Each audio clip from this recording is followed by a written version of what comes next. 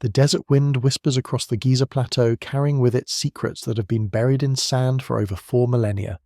Tonight, as the stars pierce the Egyptian darkness with the same brilliance they held when the pyramids were young, we stand at the threshold of a mystery so profound it could rewrite everything we thought we knew about our ancient past. Picture this. What if the most magnificent civilization in human history wasn't built by humans alone? What if those towering monuments, those impossibly precise calculations, those astronomical alignments that still baffle modern engineers, were the result of something far more extraordinary than we've ever dared to imagine? Welcome to a journey that will challenge every assumption you've held about ancient Egypt, where we'll explore evidence hidden in plain sight, decipher clues carved in stone, and uncover what might be the most closely guarded secret in human history. I'm about to reveal findings that suggest the pharaohs of Egypt may have been keeping detailed records of encounters with visitors from beyond our world. But before we dive into this rabbit hole, let me tell you why this matters more than you think. See, I've spent the last 18 months combing through newly translated hieroglyphic texts, analysing architectural anomalies that mainstream archaeology refuses to address, and consulting with experts who risk their careers by even entertaining these possibilities. What I've discovered isn't just fascinating, it's earth-shattering. And by the end of this series, you'll understand why certain institutions have worked so hard to keep these findings buried. Now I know what you're thinking, another ancient aliens theory, right? But hold on, because what we're dealing with here isn't speculation or wishful thinking. We're talking about documented evidence, written records, and physical proof that's been hiding in museums and private collections for decades. The ancient Egyptians were meticulous record keepers, perhaps the most systematic chroniclers in human history. They documented everything from grain harvests to religious ceremonies, from royal decrees to daily administrative tasks. So when they describe encounters with beings who descended from the sky, in craft that moved without sound, when they detail technologies that defy conventional understanding, when they speak of knowledge granted by star visitors, maybe, just maybe, we should take them at their word. The story begins in 1923, deep in the Valley of the Kings, where British archaeologist Howard Carter was still cataloguing the incredible treasures from Tutankhamun's tomb. But there was something Carter found that never made it into the official reports, something so unusual that it was quietly removed from the archaeological record and stored in a private collection. We're talking about papyrus scrolls covered in hieroglyphs that describe what can only be interpreted as detailed logs of contact with non-human intelligence. These aren't religious texts or mythological stories. They read like technical manuals, operational reports, diplomatic correspondence. The language is precise, clinical, matter-of-fact. The kind of documentation you'd expect from a highly advanced civilization recording extraordinary but routine interactions. And here's the thing that'll make your spine tingle. These logs don't describe isolated incidents. They span centuries, detailing what appears to be an ongoing relationship between Egyptian leadership and entities they referred to as the Neteru, the divine ones who came from the stars. But we're getting ahead of ourselves. Let's start with what we can prove, what we can see with our own eyes, what's been staring us in the face for generations. Have you ever really looked at the Great Pyramid of Giza? I mean, really examined it? This isn't just some impressive pile of stones thrown together by ambitious pharaohs. We're talking about a structure that weighs approximately 6 million tons, built with limestone blocks that fit together so precisely you can't slip a knife blade between them. The base is level to within just 2.1 centimeters. The orientation is aligned to true north with an accuracy of 3/60th of a degree. The mathematical constants encoded in its dimensions include pi and the golden ratio, calculations that supposedly weren't discovered until thousands of years later. Modern construction companies, with all our technology, cranes, laser levels, and computer-aided design, would struggle to replicate this level of precision. Yet somehow, over 4,000 years ago, ancient Egyptian workers managed to quarry, transport, and position over 2 million stone blocks, some weighing as much as 15 tons, with tolerances that would make a Swiss watchmaker jealous. The official explanation? Ramps, rollers, and an unlimited supply of human labour. But here's where that theory falls apart. To build the Great Pyramid in the 20-year time frame historians claim, workers would have had to place one block every 2.5 minutes, working 24 hours a day, 7 days a week for 2 decades straight. That's not construction, that's a mathematical impossibility disguised as ancient ingenuity. And the Great Pyramid isn't alone. The entire Giza complex defies conventional explanation. The three main pyramids mirror the alignment of Orion's belt, not as it appeared when they were built, but as it looked approximately 12,000 years ago, accounting for the precession of the equinoxes. The Sphinx, with its water erosion patterns, shows evidence of construction during a much wetter climate than existed during dynastic Egypt. We're looking at a site that seems to encode knowledge spanning millennia, built with precision that suggests access to tools and techniques that officially didn't exist. But let's talk about something even more intriguing: hidden chambers. For decades, archaeologists have known about voids within the Great Pyramid, spaces that weren't part of the original design, rooms that serve no apparent structural purpose. Recent scans using cosmic ray imaging have confirmed the existence of at least one large chamber above the Grand Gallery, a space roughly the size of a Boeing 737, completely sealed off from the rest of the pyramid. What's in there? Why was it hidden? And why are Egyptian authorities so reluctant to authorize exploration of these spaces? The official line is preservation concerns, but whispers from inside the archaeological community suggest something far more intriguing. Some researchers believe these sealed chambers contain archives, repositories of knowledge that could fundamentally alter our understanding of human history. Now here's where things get really interesting. In 2019, a team of French researchers using ground-penetrating radar made a discovery at Saqqara that sent shockwaves through the archaeological world. Beneath the step pyramid of Djoser, they found a network of chambers and tunnels that extend far deeper and cover a much larger area than anyone imagined.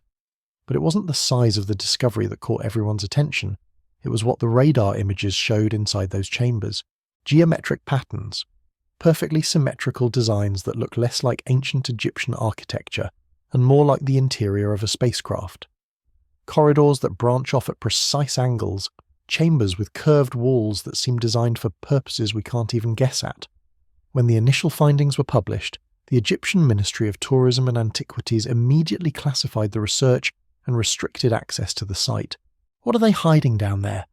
What could be so significant that it requires this level of secrecy? The answer might lie in those papyrus scrolls I mentioned earlier, the ones that mysteriously disappeared from Carter's official documentation. Because according to researchers who've had access to these texts, the ancient Egyptians didn't just build monuments to honour their gods. They built them as communication devices, as landing markers, as repositories for knowledge provided by their star visitors. The hieroglyphic texts describe the Neteru not as mythological figures, but as flesh and blood beings who arrived in craft that could travel between the stars. These weren't supernatural entities demanding worship. They were teachers, engineers, advisors who shared advanced knowledge with selected Egyptian leaders. The papyri detail construction techniques using levitation technology, astronomical calculations that require knowledge of distant star systems, and medical procedures that wouldn't be rediscovered until the 20th century. But here's the part that'll make you question everything you thought you knew about ancient history. These logs weren't written as religious propaganda or royal mythology. They were operational reports, kept by scribes whose job it was to document interactions with the Neteru for future reference. The tone is bureaucratic, almost mundane, the way you might record a business meeting or diplomatic negotiation. One particularly detailed scroll describes a construction project overseen by beings the text calls those who navigate the void between stars. The project, moving and positioning the massive granite blocks that form the King's Chamber in the Great Pyramid. But here's the kicker.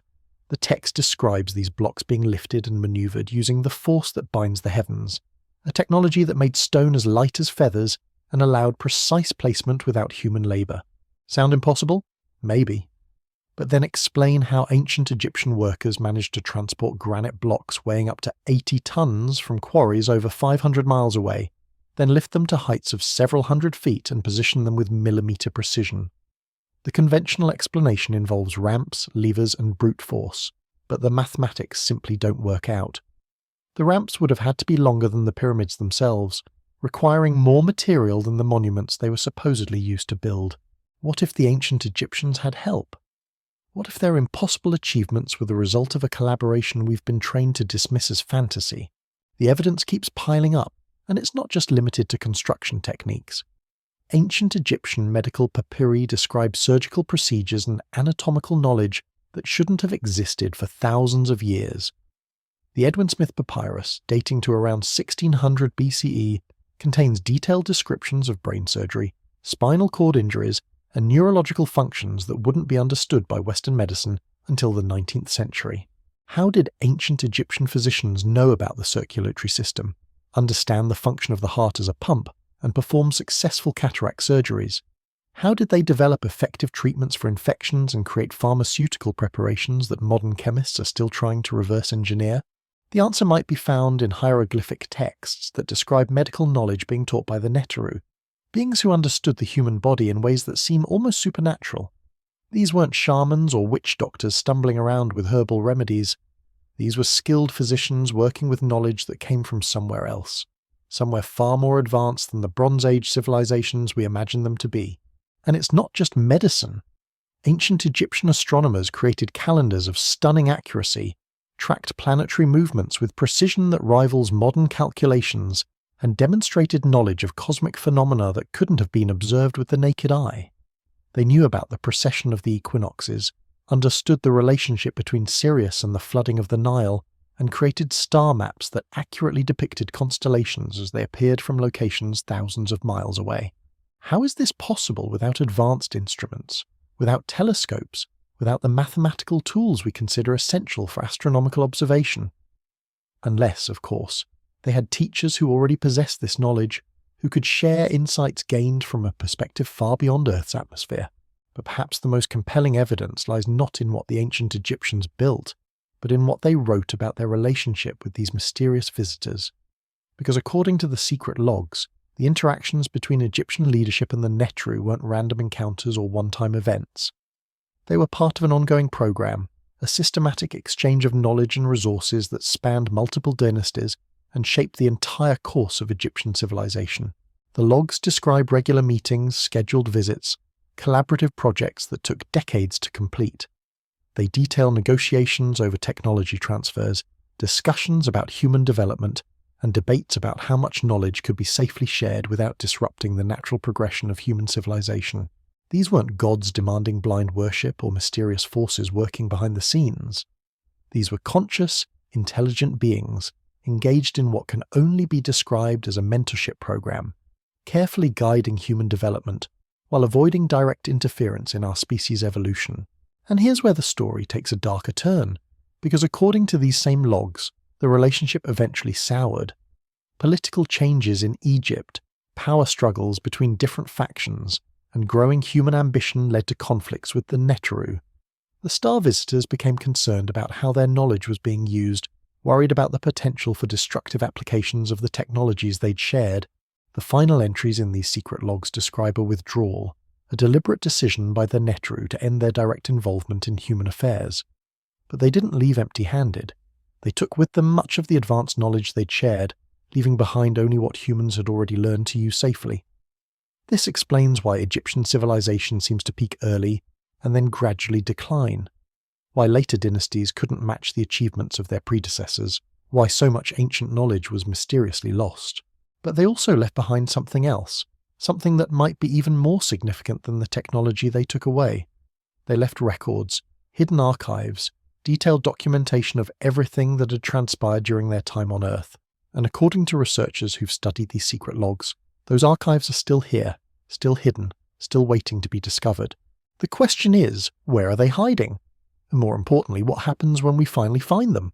The answer might lie in a discovery that's been hidden from public view for nearly a century, locked away in the private archives of European collectors who acquired Egyptian artifacts during the colonial period.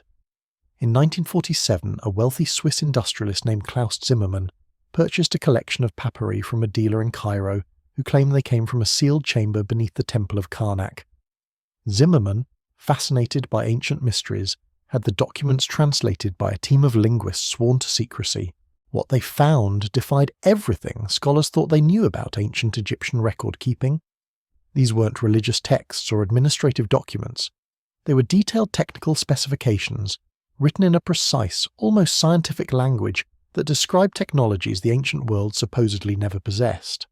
The papyri contained blueprints for devices that could manipulate gravitational forces, detailed instructions for creating what can only be described as anti-gravity chambers, and step-by-step procedures for communication with beings described as travellers of the celestial ocean.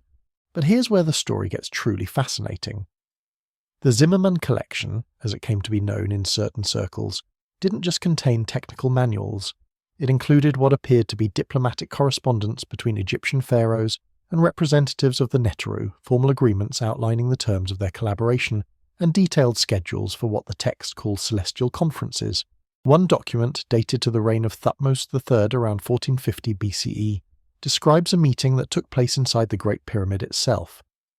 The pharaoh and his advisors gathered in the king's chamber, which the text reveals wasn't a burial chamber at all, but a communication facility designed to enable contact with the star visitors.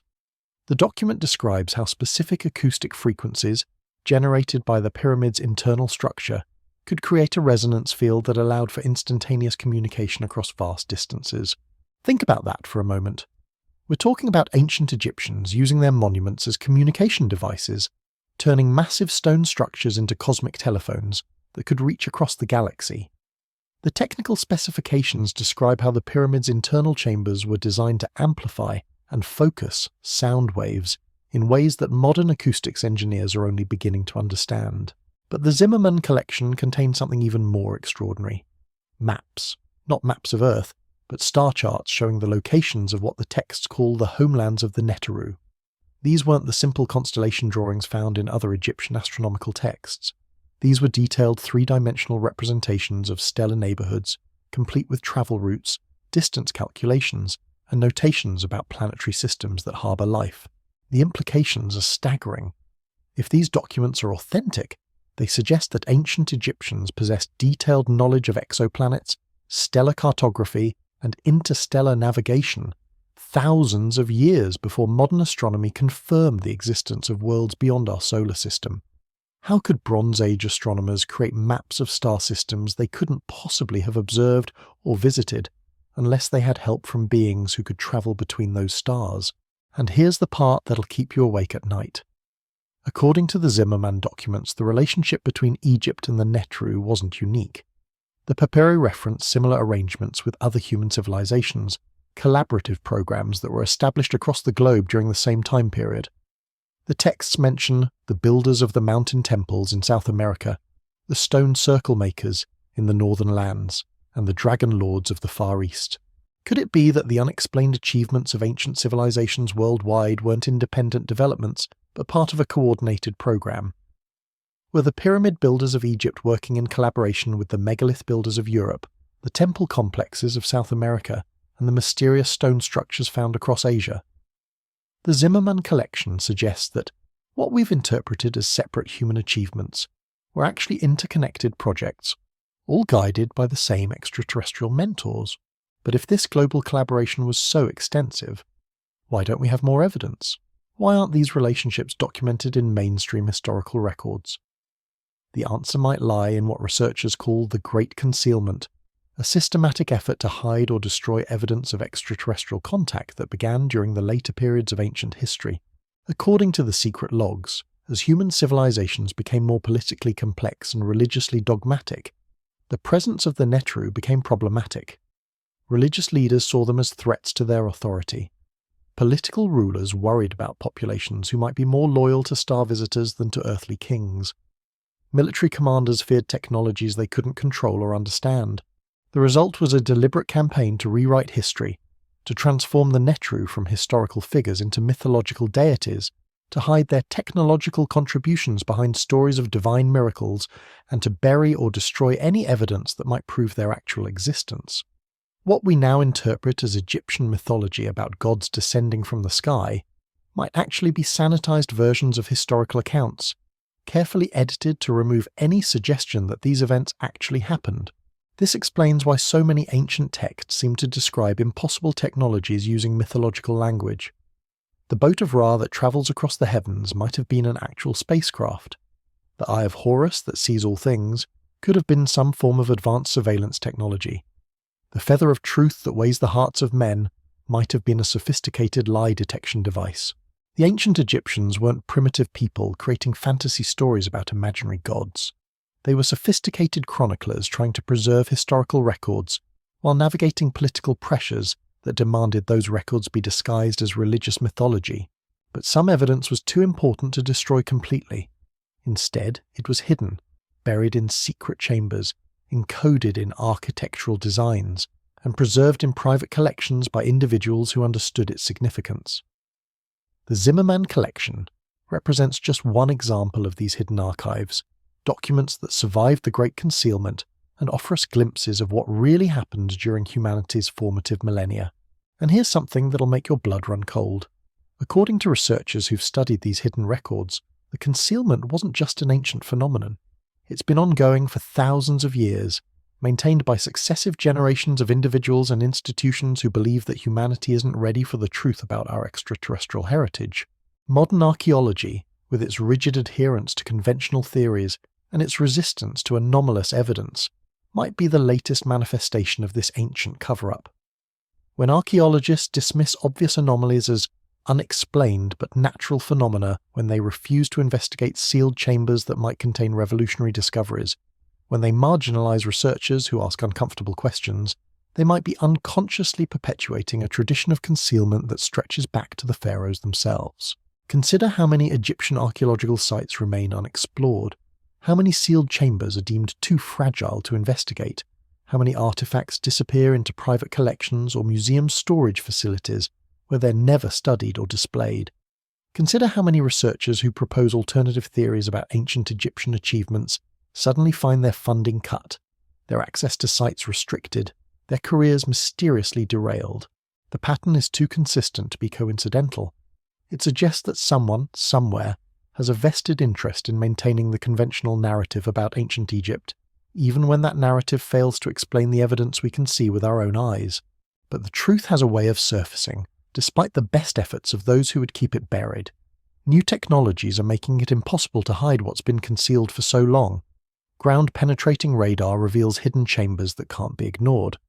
Satellite imagery shows patterns and structures that demand explanation. DNA analysis of ancient remains produces results that challenge everything we thought we knew about human origins and migration patterns.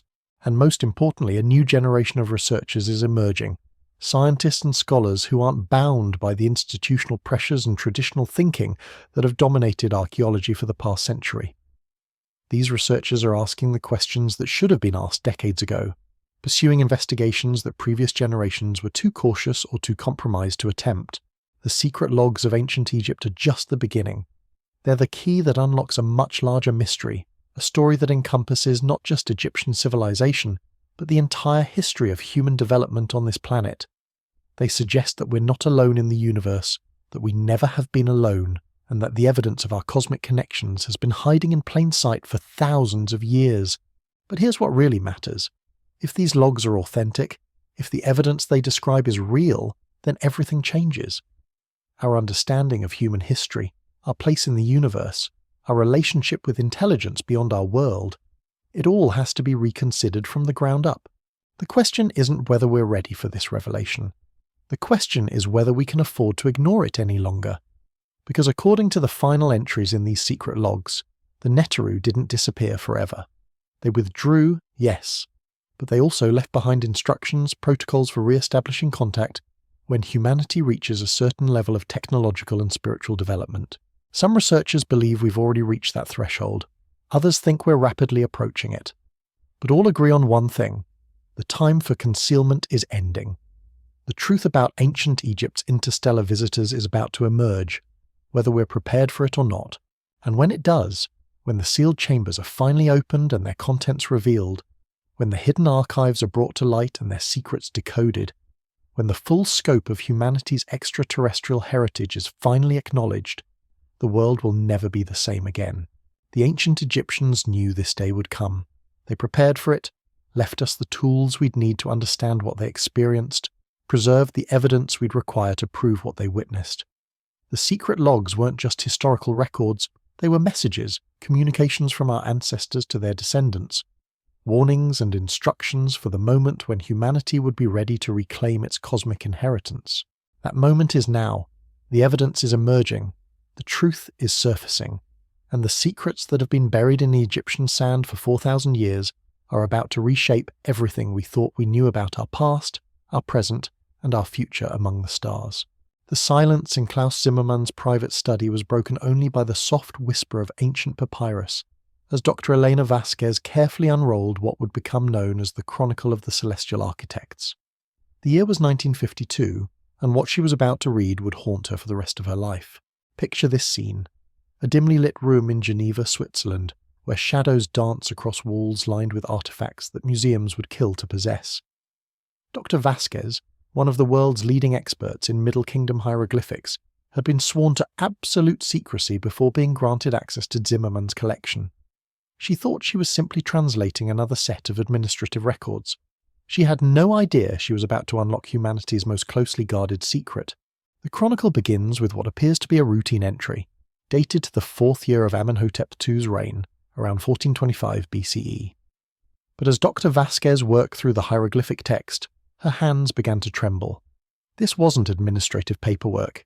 This was something far more extraordinary. On this day, the 23rd of the month of Thoth, the Sky Lords descended in their vessels of light to the sacred platform of the Great House of Eternity. That's how it begins. Not with mythological language about gods and divine manifestations, but with the matter-of-fact tone of someone recording an appointment in a calendar. But here's where it gets absolutely mind-bending. The Chronicle doesn't describe these Sky Lords as supernatural beings or divine entities. It describes them as flesh and blood individuals with names, ranks, and specific areas of expertise.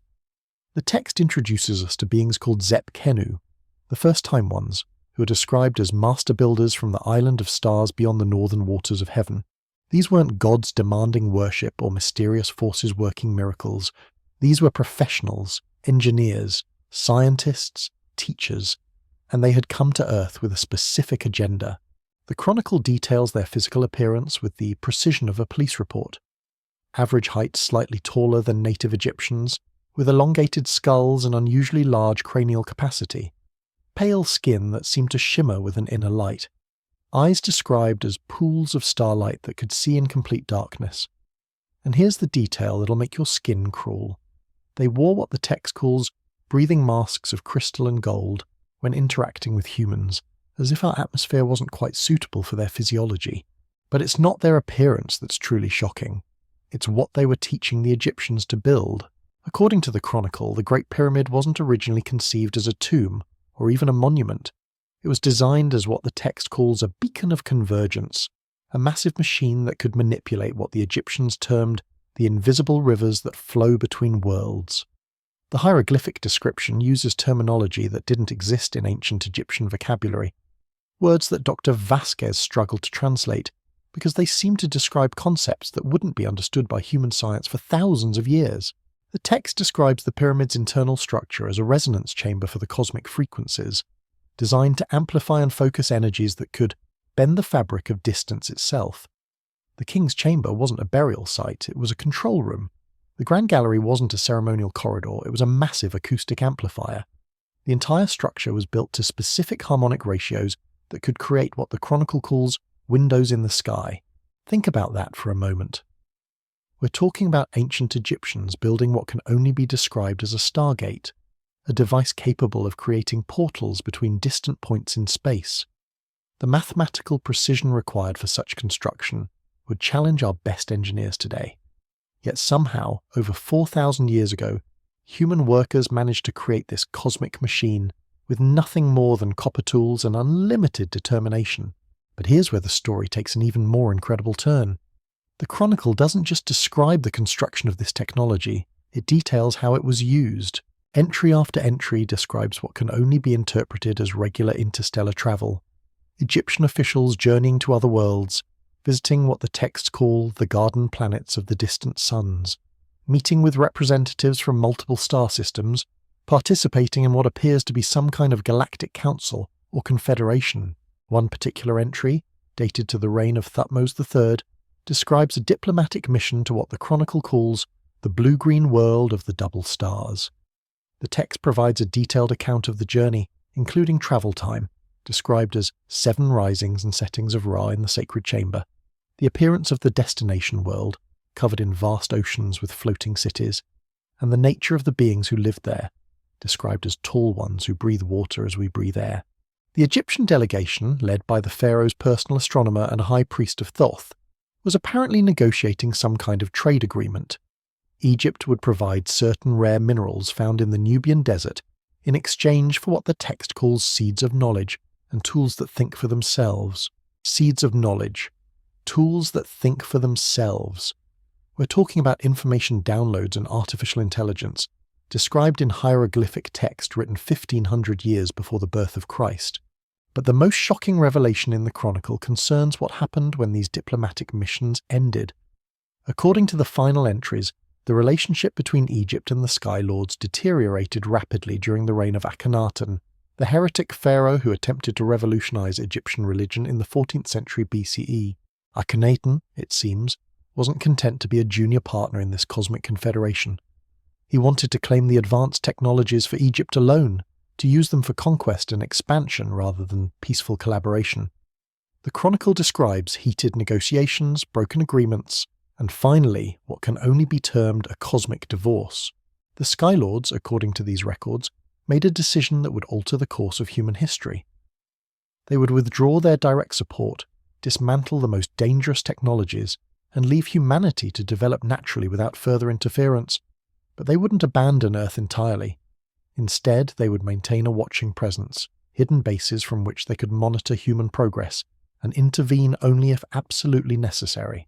The final entry in the Chronicle, written in what appears to be a different hand, describes the last official meeting between Egyptian leadership and the Sky Lords.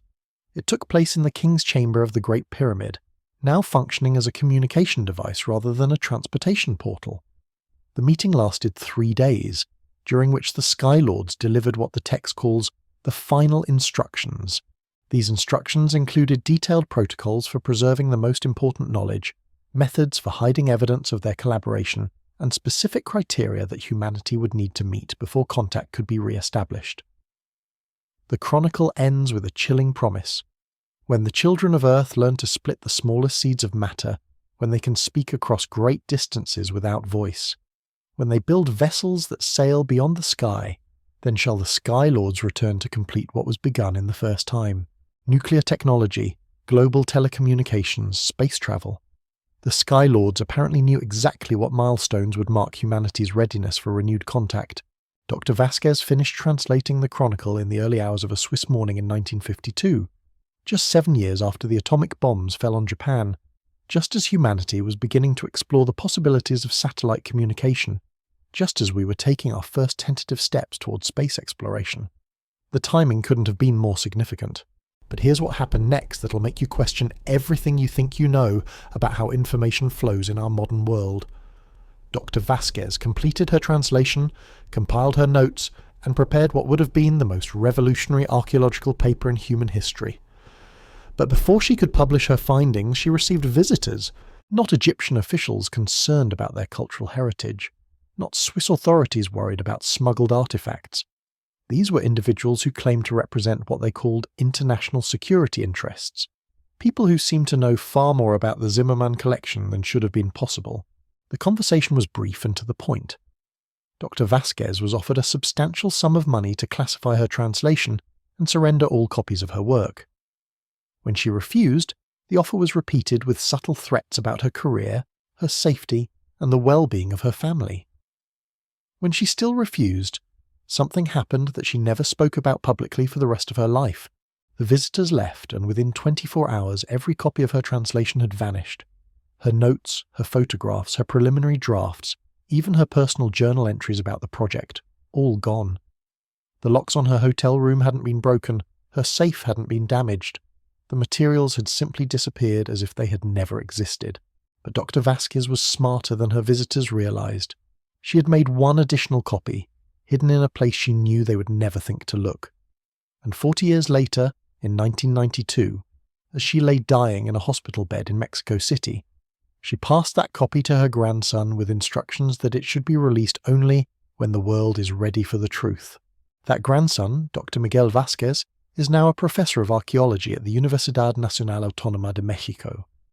And in 2019, faced with mounting evidence that the world might indeed be ready for his grandmother's truth, he quietly uploaded the complete translation to several academic databases and research forums, The response was immediate and predictable. Mainstream archaeologists dismissed it as an elaborate hoax. Egyptian authorities denied any knowledge of the original papyri.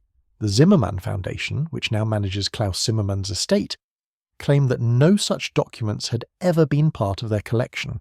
But something interesting happened in the weeks following the release of Dr. Elena Vasquez's translation. Researchers around the world began coming forward with similar discoveries, documents and artifacts that had been hidden in private collections, sealed in museum archives, or classified by government agencies for decades. A curator at the British Museum revealed that they possessed Egyptian papyri describing skyboats that could travel faster than birds, but these documents had been locked away since the 1930s due to their inappropriate content. A private collector in Germany admitted to owning hieroglyphic texts that detailed the construction of listening devices that could hear the voices of the stars, but these had never been studied because no reputable scholar would risk their career examining them. Most significantly, a former employee of the Egyptian Ministry of Tourism and Antiquities stepped forward with claims that sealed chambers beneath the Giza plateau contained archives that would rewrite human history. But access to these chambers had been restricted by international agreements that weren't supposed to become public knowledge for another 50 years. The pattern was clear. Evidence of ancient Egypt's extraterrestrial connections hadn't been lost or destroyed. It had been systematically hidden, classified and suppressed by individuals and institutions who believed that humanity wasn't ready for the truth about our cosmic heritage. But here's what they didn't anticipate. Technology was making their concealment efforts increasingly difficult to maintain. Satellite imagery was revealing hidden structures beneath the sand. Ground-penetrating radar was detecting sealed chambers that couldn't be ignored. Advanced translation software was making it possible for independent researchers to decode hieroglyphic texts without relying on institutional gatekeepers. Most importantly, a new generation of investigators was emerging, researchers who weren't bound by the career concerns and institutional pressures that had kept previous generations silent. These individuals were asking the questions that should have been asked decades ago, pursuing investigations that established authorities had deemed too dangerous or too disruptive to allow. And they were making discoveries that couldn't be suppressed or explained away. In 2020, a team of international researchers using advanced imaging technology made a discovery beneath the Saqqara complex that sent shockwaves through the archaeological community. Deep beneath the Step Pyramid of Giza, they found a chamber that didn't appear on any official maps or archaeological surveys. But it wasn't the existence of the chamber that caught everyone's attention. It was what the imaging revealed inside. Geometric patterns that looked less like ancient Egyptian decoration and more like technical schematics. Walls covered with what appeared to be star charts showing stellar configurations that couldn't be observed from Earth without advanced telescopic equipment. And in the center of the chamber, a structure that defied easy description, something that looked like a combination of altar, control panel, and communication device. The Egyptian authorities immediately classified the discovery and restricted access to the site. But images of the chamber had already been captured and shared among the research team. And what those images showed was consistent with descriptions found in the Chronicle of the Celestial Architects and other hidden texts that were beginning to surface around the world. We weren't looking at the religious fantasies of ancient priests or the mythological imaginings of primitive peoples. We were looking at the physical remains of a technological civilization that had existed on Earth thousands of years before the Industrial Revolution, a civilization that had possessed knowledge and capabilities that we're only beginning to understand today. But perhaps the most significant discovery wasn't found beneath the Egyptian sand. It was found in the digital archives of NASA's Deep Space Network, buried in decades of radio telescope data that had been automatically recorded but never fully analyzed. In 2021, Dr. Sarah Chen, an astronomer at the SETI Institute, was using artificial intelligence to search through historical radio telescope data when she made a discovery that made her question everything she thought she knew about the search for extraterrestrial intelligence.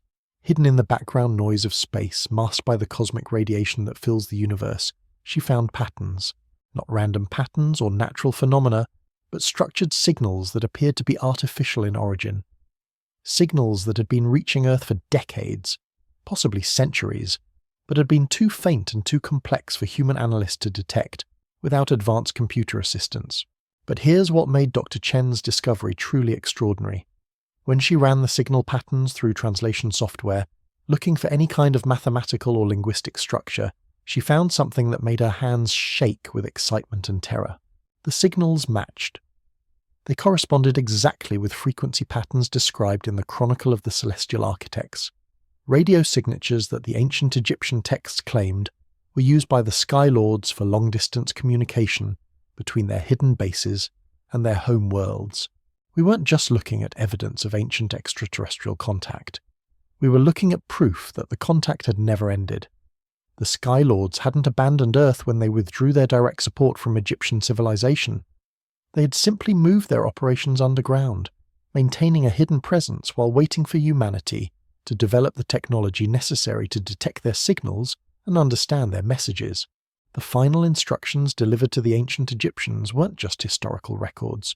They were active protocols, communication channels that had remained open for over 3,000 years, waiting for the moment when human technology would advance enough to make renewed contact possible. That moment, according to Dr. Chen's analysis, arrived sometime in the early 21st century, right around the time that private researchers began discovering and releasing the hidden archives that documented ancient Egypt's extraterrestrial connections. The timing wasn't coincidental, it was orchestrated. The Sky Lords had been monitoring human development all along, waiting for us to reach the technological and intellectual threshold necessary for renewed open contact. And when we finally achieved that threshold, they began releasing the evidence that would prepare us for what comes next. The secret logs of ancient Egypt weren't just historical documents, they were preparation materials, designed to help humanity understand its true origins and cosmic connections before the next phase of our relationship with extraterrestrial intelligence begins. That phase, according to the hidden archives now emerging from private collections and classified government files around the world, is about to commence. The Sky Lords are returning, not as conquerors or gods demanding worship, but as the teachers and mentors they were in ancient times, ready to help humanity take its next evolutionary step toward becoming a true interstellar civilization. The question isn't whether we're ready for this revelation. The question is whether we can handle the truth about what we're about to become. Because according to the final entries in these secret logs, the knowledge and technology that will be shared when contact is re-established won't just change our understanding of the past, it will fundamentally transform our future, giving us capabilities that will make us true citizens of the galaxy rather than isolated inhabitants of a single world. The ancient Egyptians documented the beginning of this relationship. We're about to witness its continuation, and nothing will ever be the same again. The evidence was mounting, but what happened next in 2022 would shatter any remaining skepticism about the authenticity of these ancient records. Deep in the basement archives of the Vatican Secret Library, a document that had been catalogued incorrectly for over 4 centuries was finally examined by the right set of eyes. Father Antonio Benedetti, a Jesuit scholar specializing in ancient languages, had been tasked with digitizing a collection of manuscripts acquired during the Crusades. Most were routine religious texts, but one parchment, labelled simply as Egyptian prayers in the 13th century, caught his attention because the hieroglyphic symbols didn't match any religious iconography he recognized. When Father Benedetti ran the symbols through modern translation software, what emerged wasn't prayer at all. It was a technical manual, written in the same precise clinical language found in the Zimmermann Collection. But this document was different. Where the Swiss papyri described past events, this Vatican manuscript appeared to be a set of instructions for the future. The text, which Father Benedetti would later call the Protocols of Renewal, outlined specific procedures for re-establishing contact with the Sky Lords when certain technological and social conditions were met.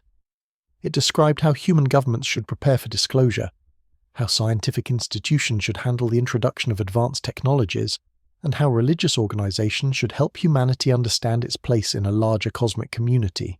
But here's what made Father Benedetti's blood run cold. The manuscript included a timeline, specific dates when various phases of the renewal process would begin. According to the ancient Egyptian calculations, the preliminary phase should have started in 2012, marked by increased UFO sightings and the gradual release of classified government documents about extraterrestrial encounters. The intermediate phase was scheduled for 2019, characterized by the emergence of hidden archives and the discovery of anomalous archaeological evidence that mainstream institutions couldn't explain or suppress. The final phase, according to the protocols, would begin in 2024, culminating in open contact and the formal re-establishment of the mentoring relationship that had existed in ancient times.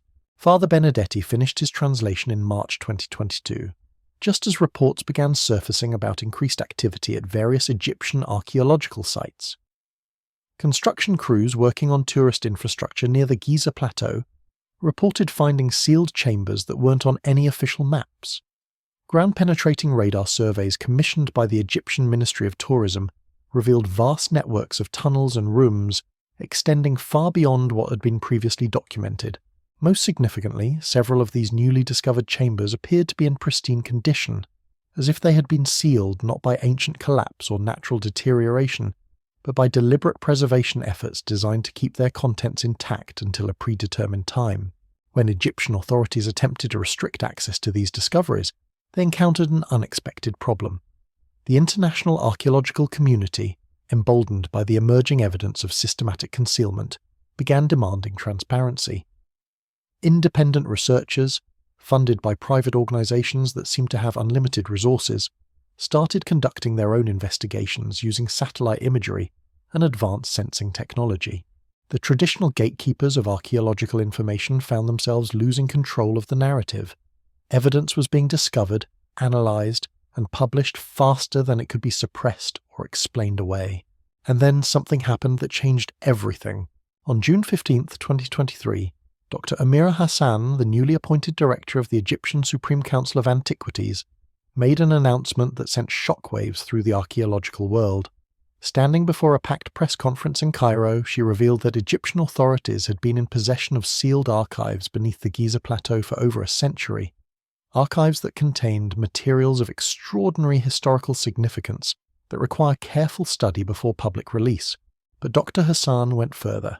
She announced the formation of an international research consortium, composed of scientists, linguists, and historians from around the world who would be granted unprecedented access to these hidden archives for the purpose of preparing humanity for revelations that will fundamentally alter our understanding of ancient Egyptian civilization and its connections to cosmic phenomena. The announcement was carefully worded, diplomatic in its language, but the implications were clear. The Egyptian government was preparing to release information that they had been concealing for generations, information so significant that it required international coordination to manage its impact on human society. But what Dr. Hassan didn't reveal in her public announcement was what had prompted this sudden change in policy. According to sources within the Egyptian Ministry of Antiquities, the decision wasn't entirely voluntary.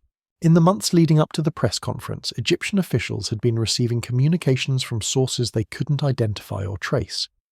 Messages that demonstrated intimate knowledge of the sealed archives, detailed information about their contents, and specific instructions about how and when this information should be released to the public. These communications weren't delivered through normal diplomatic channels. They arrived through secure networks that should have been impossible to penetrate, appeared on computer systems that weren't connected to the internet, and included authentication codes that matched hieroglyphic sequences found in the sealed archives themselves.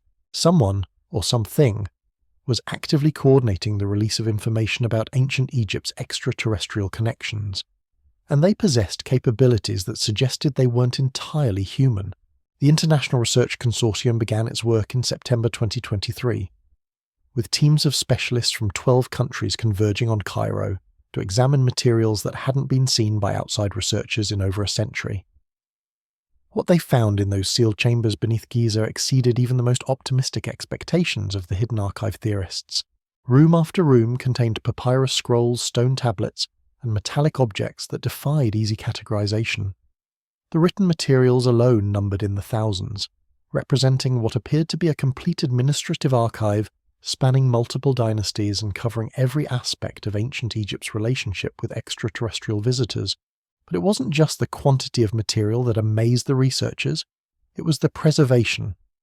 Despite being sealed underground for millennia, the papyri were in near-perfect condition, as if they had been treated with preservation techniques that exceeded anything known to ancient or modern science. Dr. Maria Gonzalez, a specialist in ancient preservation methods from the University of Barcelona, spent weeks analysing the chemical composition of the papyrus. What she found challenged everything she thought she knew about organic material degradation. The papyrus had been treated with compounds that didn't exist in nature, molecular structures that required advanced chemistry to create. Carbon dating of the organic materials confirmed their ancient origin, but isotopic analysis revealed that they had been modified at the atomic level to prevent decomposition. We weren't looking at accidentally well-preserved documents. We were looking at materials that had been deliberately engineered to survive indefinitely, as if their creators knew they would need to last for thousands of years until the right technology existed to fully understand their contents. The metallic objects were even more extraordinary. Composed of alloys that contained elements not found on Earth's periodic table, they appeared to be some kind of storage devices, crystalline matrices that could hold vast amounts of information in structures too small to see without electron microscopy. When researchers at MIT's nanotechnology laboratory analysed samples from these devices, they discovered that the crystals contained what could only be described as three-dimensional holographic data, information encoded in quantum states that required quantum computers to decode. The ancient Egyptians, working with technologies provided by their extraterrestrial mentors, had created storage devices that exceeded the capabilities of 21st century human technology. They had preserved not just written records, but complete sensory experiences, holographic recreations of events that had occurred thousands of years ago. Dr. Jennifer Wu, a quantum computing specialist at Stanford, spent months developing the algorithms necessary to extract information from these crystalline storage devices. When she finally succeeded in accessing the first complete holographic record, what she experienced left her speechless. She found herself standing in the king's chamber of the Great Pyramid as it appeared over 4,000 years ago. But it wasn't the empty stone room that tourists visit today. The chamber was filled with equipment that looked like a combination of ancient Egyptian craftsmanship and advanced technology that belonged in a science fiction movie. Crystalline panels covered the walls, pulsing with internal light. The stone sarcophagus that archaeologists had assumed was a burial container was actually some kind of control interface, its surfaces covered with hieroglyphic symbols that glowed and responded to touch. And in the centre of the room stood two figures engaged in what appeared to be a technical discussion. One was clearly human, wearing the regalia of an Egyptian high priest. The other was taller, with the elongated skull and pale, luminescent skin described in the Chronicle of the Celestial Architects. They were examining what looked like architectural plans, three-dimensional projections that showed the internal structure of the pyramid in cutaway detail. Dr. Wu could hear their conversation, automatically translated by the holographic recording system into modern English. They were discussing modifications to the pyramid's resonance chamber, adjustments that would improve its efficiency as what they called a dimensional interface portal. The extraterrestrial being, who the Egyptian priest addressed as Master Builder Zepkenu, was explaining how specific acoustic frequencies could create stable wormholes in spacetime, allowing for instantaneous travel between distant star systems. The technology wasn't magic or supernatural power. It was applied physics, engineering principles that human science was only beginning to understand. But here's what made Dr. Wu's hands tremble as she watched this holographic record. The conversation wasn't taking place in some mythical past or imaginary golden age. According to the timestamp encoded in the crystal, this meeting had occurred during the reign of Khufu, the pharaoh traditionally credited with building the Great Pyramid, around 2580 BCE. We weren't looking at mythology or religious allegory. We were looking at a security recording, a preserved documentation of an actual engineering meeting between human and extraterrestrial technicians who were collaborating on the construction of humanity's first stargate. And this was just the first crystal. The sealed chambers contained thousands of these storage devices, each one preserving different aspects of ancient Egypt's extraterrestrial collaboration. Technical specifications for anti-gravity construction equipment, diplomatic negotiations between pharaohs and representatives from multiple star systems, educational sessions where human students were taught advanced mathematics, astronomy and engineering by extraterrestrial professors. The evidence was overwhelming, undeniable, and absolutely terrifying in its implications. Not because it proved that ancient Egyptians had worked with extraterrestrial beings, but because it revealed that this collaboration had been systematically hidden from human knowledge for over 4,000 years. But why? Why would such extraordinary achievements be concealed? Why would evidence of humanity's cosmic connections be buried and suppressed? The answer came from one of the final holographic records that Dr. Wu extracted from the crystalline archives. Dated to approximately 1350 BCE, During the chaotic period following Akhenaten's religious revolution, it showed a meeting that would determine the course of human history for the next 3 millennia. The setting was the same king's chamber, but the atmosphere was tense, almost confrontational. Egyptian officials, led by the young pharaoh Tutankhamun, were meeting with a delegation of sky lords who had clearly come to deliver an ultimatum. The holographic record showed Zep-Kenu, now visibly older but still maintaining his otherworldly presence, standing before a group of Egyptian priests and officials. His words, translated by the recording system, were formal but final. The children of Earth have learned much from our teachings, but they have not learned wisdom. The sacred technologies have been turned toward conquest rather than enlightenment. The knowledge of the stars has been used to dominate rather than to unite. We can no longer allow this corruption to continue.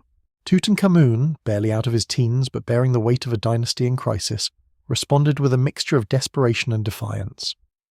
Great teacher, we have honoured the ancient agreements. The temples still function, the star paths remain open, the tribute is paid according to the old laws. Why do you withdraw your guidance when we need it most? Zep-Kenu's response revealed the true scope of the decision that was being made. The guidance ends because it has failed. You have not become the partners we hoped to nurture, but the dependents we feared to create. Humanity must learn to walk the star paths alone, or it will never truly learn to walk them at all. What followed was a negotiation that would shape human development for thousands of years. The Sky Lords would withdraw their direct technological support, but they wouldn't abandon Earth entirely. Instead, they would establish hidden monitoring stations, concealed bases from which they could observe human progress without interfering in natural development.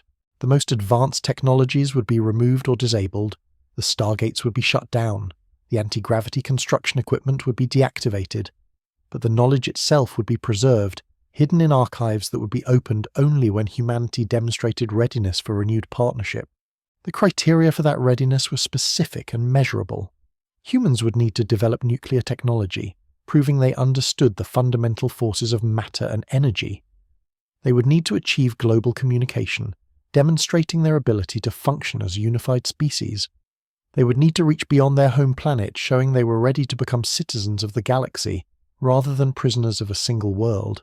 And most importantly, they would need to rediscover the hidden archives on their own, proving they had developed the scientific curiosity and investigative capabilities necessary to uncover truth, despite institutional resistance and deliberate concealment. The meeting ended with Zep-Kenu delivering what he called the final protocol, a set of instructions that would govern the transition from direct collaboration to hidden observation. The holographic record showed him placing a crystalline device in a specially prepared chamber within the pyramid, a device that would serve as a communication beacon when humanity finally achieved the necessary technological threshold. When the children of Earth learn to split the atom, when they can speak across oceans without wires, when they build vessels that sail beyond the sky, this beacon will activate. It will call to those who watch from the hidden places, and the ancient partnership will be renewed under new terms, terms that honour both the wisdom of the teachers and the independence of the students. Dr. Wu watched in fascination as the holographic record showed the sealing of the chamber, the careful placement of the crystalline beacon, and the final departure of the Sky Lords from their Egyptian outpost.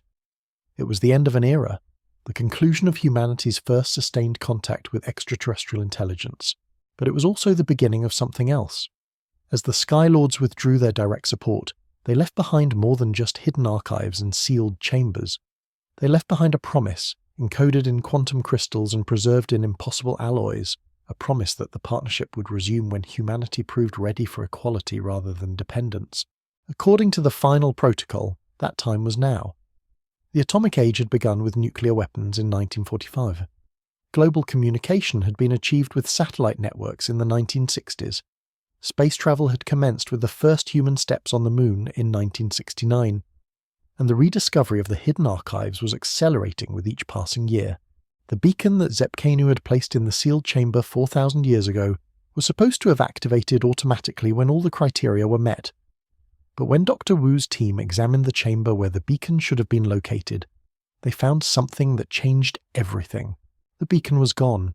In its place, they found a message written in both ancient Egyptian hieroglyphs and modern English, a message that could only have been placed there recently. The beacon has been relocated to ensure proper activation at the appointed time.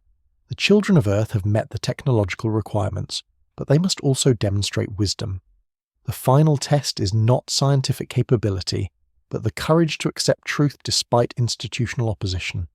When the hidden knowledge is freely shared, when the archives are open to all humanity, when the truth overcomes the concealment, then shall the ancient partnership be renewed. Someone had been monitoring the sealed chambers, accessing them despite layers of security that should have been impossible to penetrate. Someone with intimate knowledge of the final protocol had moved the beacon, ensuring that renewed contact would depend not just on technological achievement, but on humanity's willingness to confront the truth about its cosmic heritage. The implications were staggering. The Skylords hadn't just been passively observing human development, they had been actively managing the disclosure process, ensuring that the truth about ancient Egypt's extraterrestrial connections would emerge at exactly the right moment in human history. That moment, according to all available evidence, was now. The hidden archives were being discovered and translated. The concealment efforts were failing. The truth was emerging despite the best efforts of those who had worked for centuries to keep it buried. And somewhere in monitoring stations hidden beneath the Earth's surface or concealed in orbital platforms beyond human detection, the Skylords were preparing for the next phase of their relationship with humanity. The ancient Egyptians had documented the beginning of this cosmic partnership. We were about to witness its continuation, and everything we thought we knew about our place in the universe was about to change forever. The question wasn't whether contact would be re-established. According to the final protocol, that decision had already been made 4,000 years ago. The question was whether humanity would be ready to handle the responsibilities that came with membership in a galactic community that had been patiently waiting for us to grow up. The secret logs of ancient Egypt weren't just historical records. They were preparation materials, designed to help us understand what we were about to become. And if the evidence emerging from those sealed chambers was accurate, we didn't have much time left to prepare. The revelation that someone had been actively managing the disclosure timeline sent shockwaves through the International Research Consortium. But what happened next would prove that the Skylords weren't just observing from a distance. They were preparing to make their presence undeniably known. On December 21st, 2023, exactly 1 year after Dr. Wu's team discovered the relocated beacon, something extraordinary occurred at every major Egyptian archaeological site simultaneously. At precisely 3:33 a.m. local time, security cameras at Giza, Saqqara, Luxor and Abu Simbel recorded the same phenomenon. Brilliant columns of light erupting from the ground, reaching hundreds of feet into the night sky, before vanishing as suddenly as they had appeared. The light displays lasted exactly 11 minutes and 37 seconds at each location. When researchers analysed the timing, they discovered it corresponded to a mathematical sequence found repeatedly in the hidden archives, a number that the ancient texts described as the frequency of awakening. Egyptian authorities immediately cordoned off all affected sites, claiming gas leaks had caused the phenomena, but independent investigators using satellite imagery and atmospheric sensors detected something that made such explanations impossible. The light columns hadn't been produced by any known form of combustion or electrical discharge. They appeared to be composed of coherent energy, structured emissions that suggested technology far beyond current human capabilities. Dr. Hassan, the director of antiquities who had announced the international consortium, called an emergency meeting in Cairo. What she revealed to the assembled researchers would have sounded like science fiction just months earlier, but given everything they had already discovered, it felt like the inevitable next chapter in an unfolding revelation. "We have been in communication," she announced, her voice steady despite the magnitude of what she was about to disclose. "For the past 6 months, we have been receiving transmissions through equipment found in the sealed chambers. Equipment that we initially thought was ancient Egyptian technology, but which we now understand was left specifically for this purpose." The equipment Dr. Hassan described defied easy categorization. Crystalline devices that had appeared inert for millennia suddenly began displaying holographic interfaces when approached by researchers with the proper genetic markers.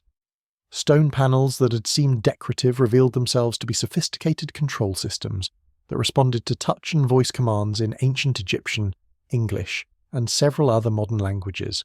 Most remarkably, these devices had begun broadcasting signals that could only be received by quantum communication arrays, technology that humanity had developed just within the last decade. The Skylords hadn't just predicted our technological advancement. They had timed their reactivation to coincide with our ability to understand and respond to their communications.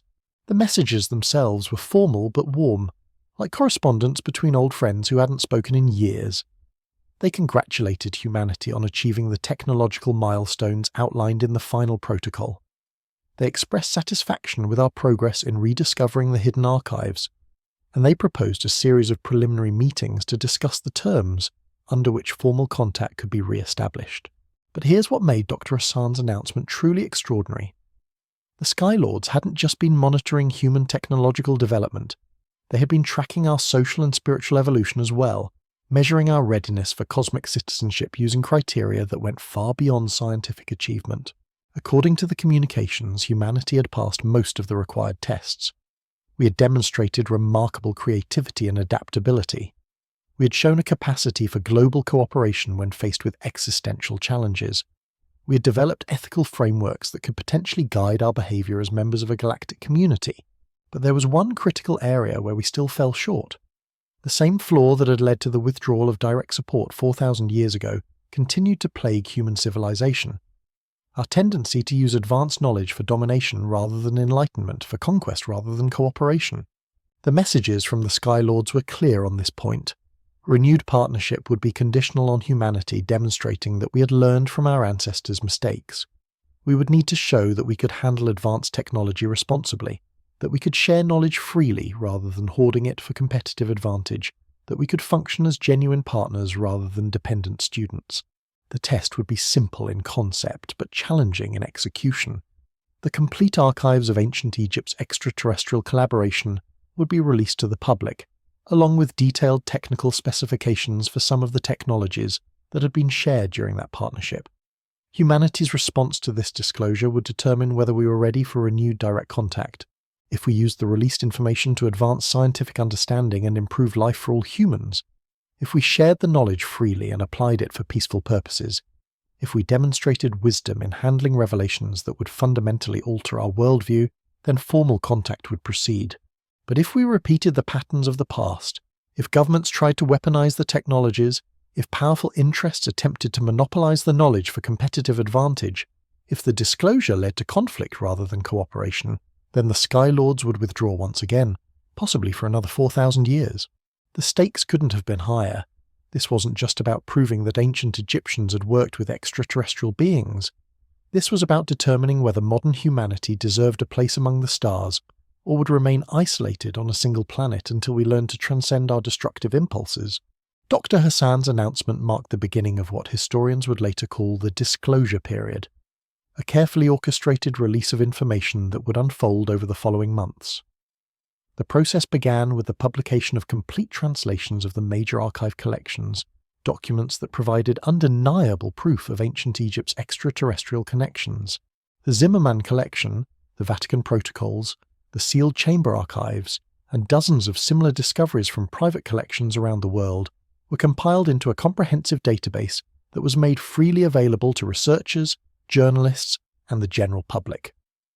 For the first time in human history, the complete record of our species' cosmic heritage was laid bare for all to see.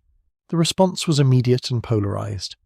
Scientific institutions found themselves forced to confront evidence they had been dismissing for decades. Religious organizations struggled to reconcile their doctrines with proof that humans had received guidance from non-divine extraterrestrial sources.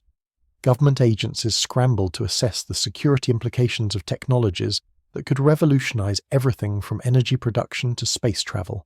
But perhaps most significantly, independent researchers and citizen scientists around the world began analyzing the released information with an enthusiasm and thoroughness that exceeded anything the established institutions could match. Freed from the career concerns and funding pressures that had constrained professional archaeologists, these investigators asked the questions that should have been asked decades earlier and pursued lines of inquiry that mainstream academia had deemed too dangerous to explore. Their discoveries accelerated the disclosure process beyond what anyone had anticipated.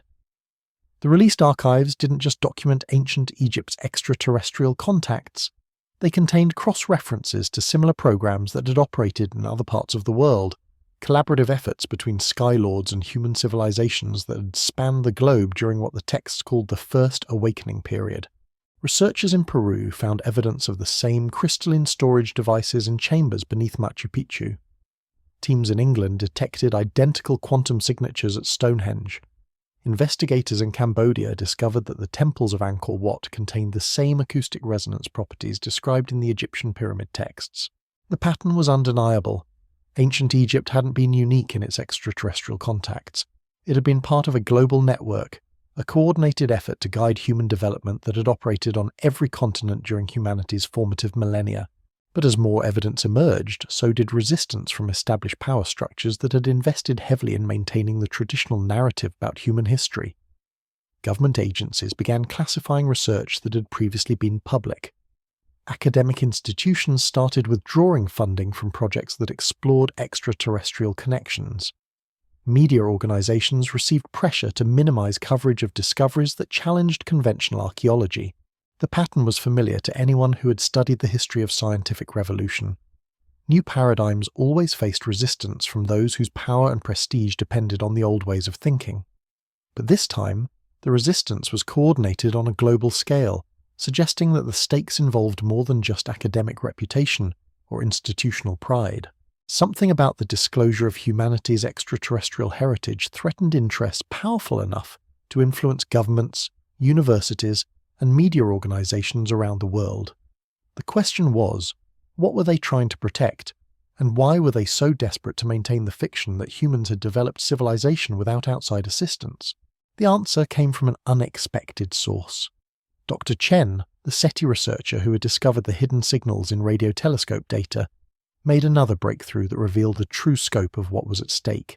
Working with quantum computing specialists, she had been analysing the signal patterns that matched the frequencies described in the ancient Egyptian texts.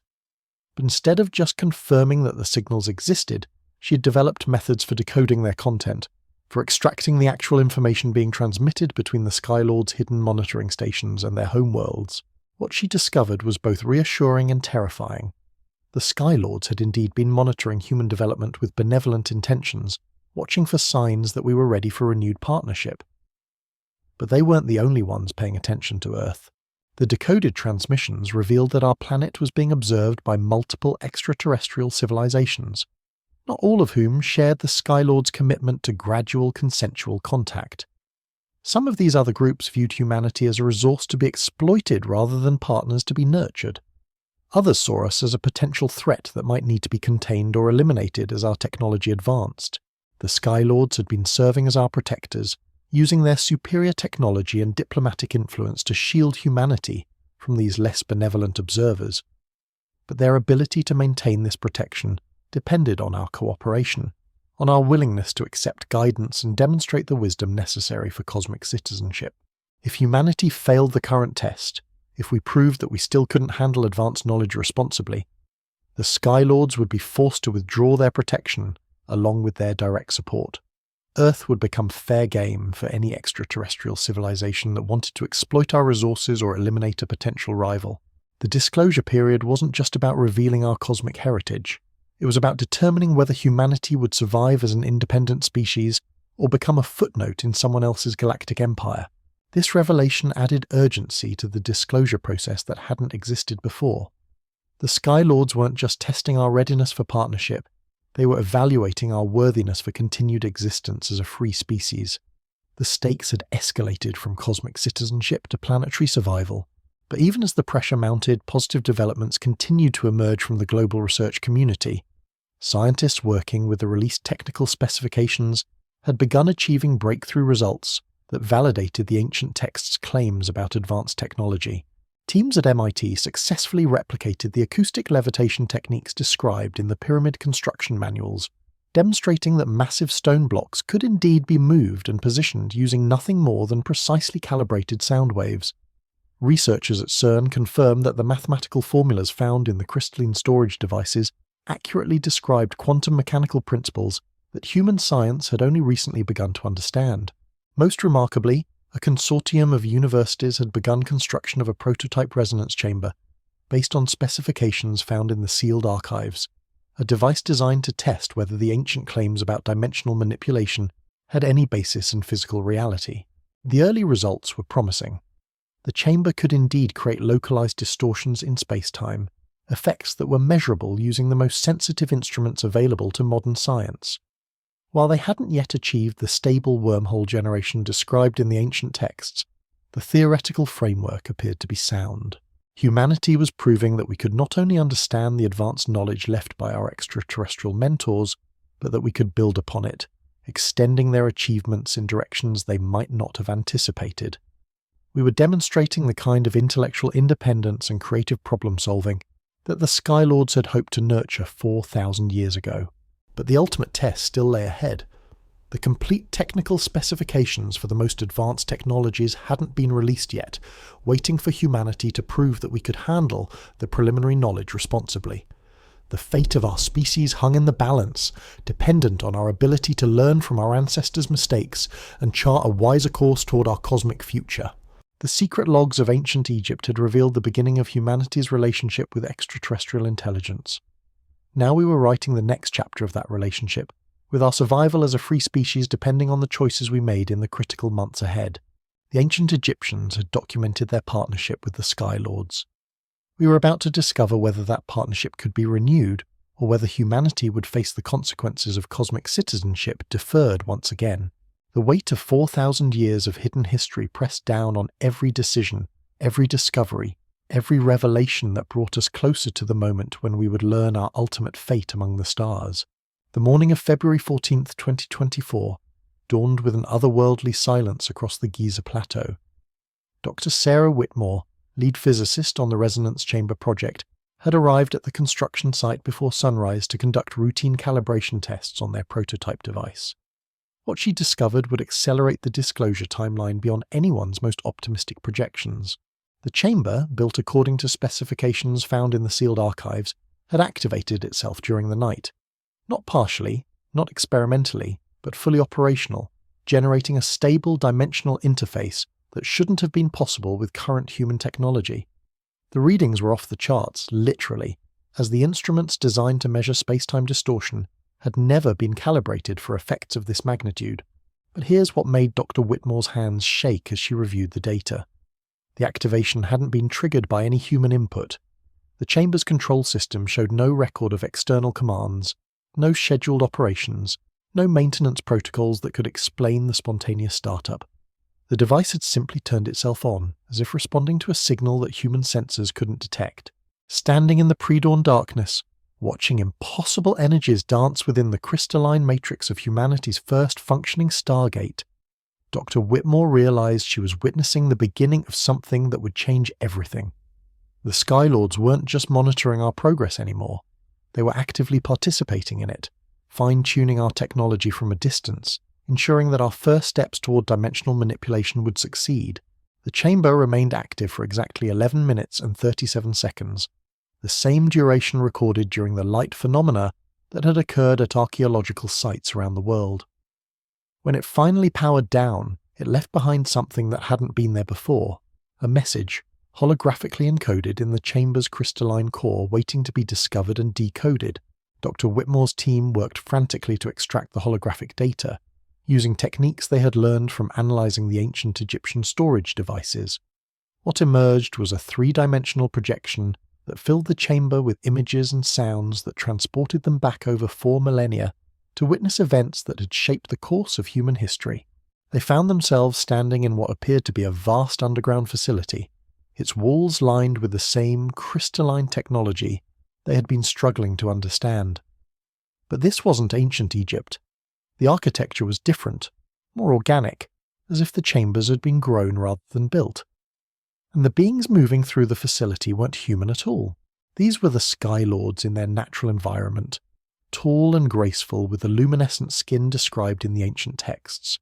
But here they appeared more relaxed, more casual than in the formal diplomatic meetings recorded in the Egyptian archives. They were speaking in their own language, a melodic communication system that seemed to blend sound with light, creating patterns that were as beautiful as they were complex. But the holographic message included translation protocols, allowing Dr. Whitmore's team to understand conversations that revealed the true scope of the Skylords' relationship with humanity. These weren't distant observers conducting scientific experiments on primitive beings. These were individuals who had formed genuine emotional connections with their human partners, who worried about our welfare and celebrated our achievements as if we were their own children. The facility they were observing was identified as Monitoring Station 7, one of dozens of hidden outposts that the Sky Lords had maintained on Earth since their official withdrawal from Egyptian civilization. From these concealed bases, they had continued their protection of humanity, deflecting potentially hostile attention from other extraterrestrial species while carefully nurturing our development from a distance. Dr. Elena Vasquez, one of the beings addressing a gathering of her colleagues, was explaining the current situation with a mixture of excitement and concern. Her translated words revealed the dilemma that the Sky Lords faced as humanity approached the critical threshold for renewed contact. "The children of Earth have exceeded our most optimistic projections," she was saying, her luminescent features animated with genuine pride. "Their technological advancement in the past century has been remarkable, but more importantly, their social evolution shows signs of the wisdom we have been hoping to see. The global response to the archive disclosure has been largely positive, with knowledge being shared freely rather than hoarded for competitive advantage." But another figure, identified as Zep Teth, Master Coordinator for Earth Operations, expressed the concerns that had been weighing on the Sky Lords' collective consciousness. "The positive trends are encouraging, but we cannot ignore the resistance patterns. Powerful factions within human society are working to suppress the disclosure, to maintain the old paradigms that keep their species fragmented and conflicted. If these forces succeed in derailing the awakening process, we may face the same outcome that forced our withdrawal during the Egyptian period." The holographic record revealed that the Sky Lords had been engaged in intense debates about how to handle the current situation. Some advocated for more direct intervention, arguing that humanity had demonstrated sufficient wisdom to warrant immediate full contact. Others insisted on maintaining the gradual approach, allowing humans to prove their readiness through their response to the disclosure process. But all agreed on one critical point: time was running out. The other extraterrestrial civilizations monitoring Earth were growing impatient with the Sky Lords' protective stance. Some of these observers had been waiting for thousands of years for an opportunity to claim Earth's resources or eliminate humanity as a potential threat. The Sky Lords' ability to maintain their protective shield was dependent on their continued relationship with Earth, a relationship that required human cooperation to sustain. Dr. Whitmore watched in fascination as the holographic record showed Zep Kenu, the same master builder who had worked with the ancient Egyptians, now appearing considerably older, but still maintaining his position of authority within the Sky Lords' hierarchy.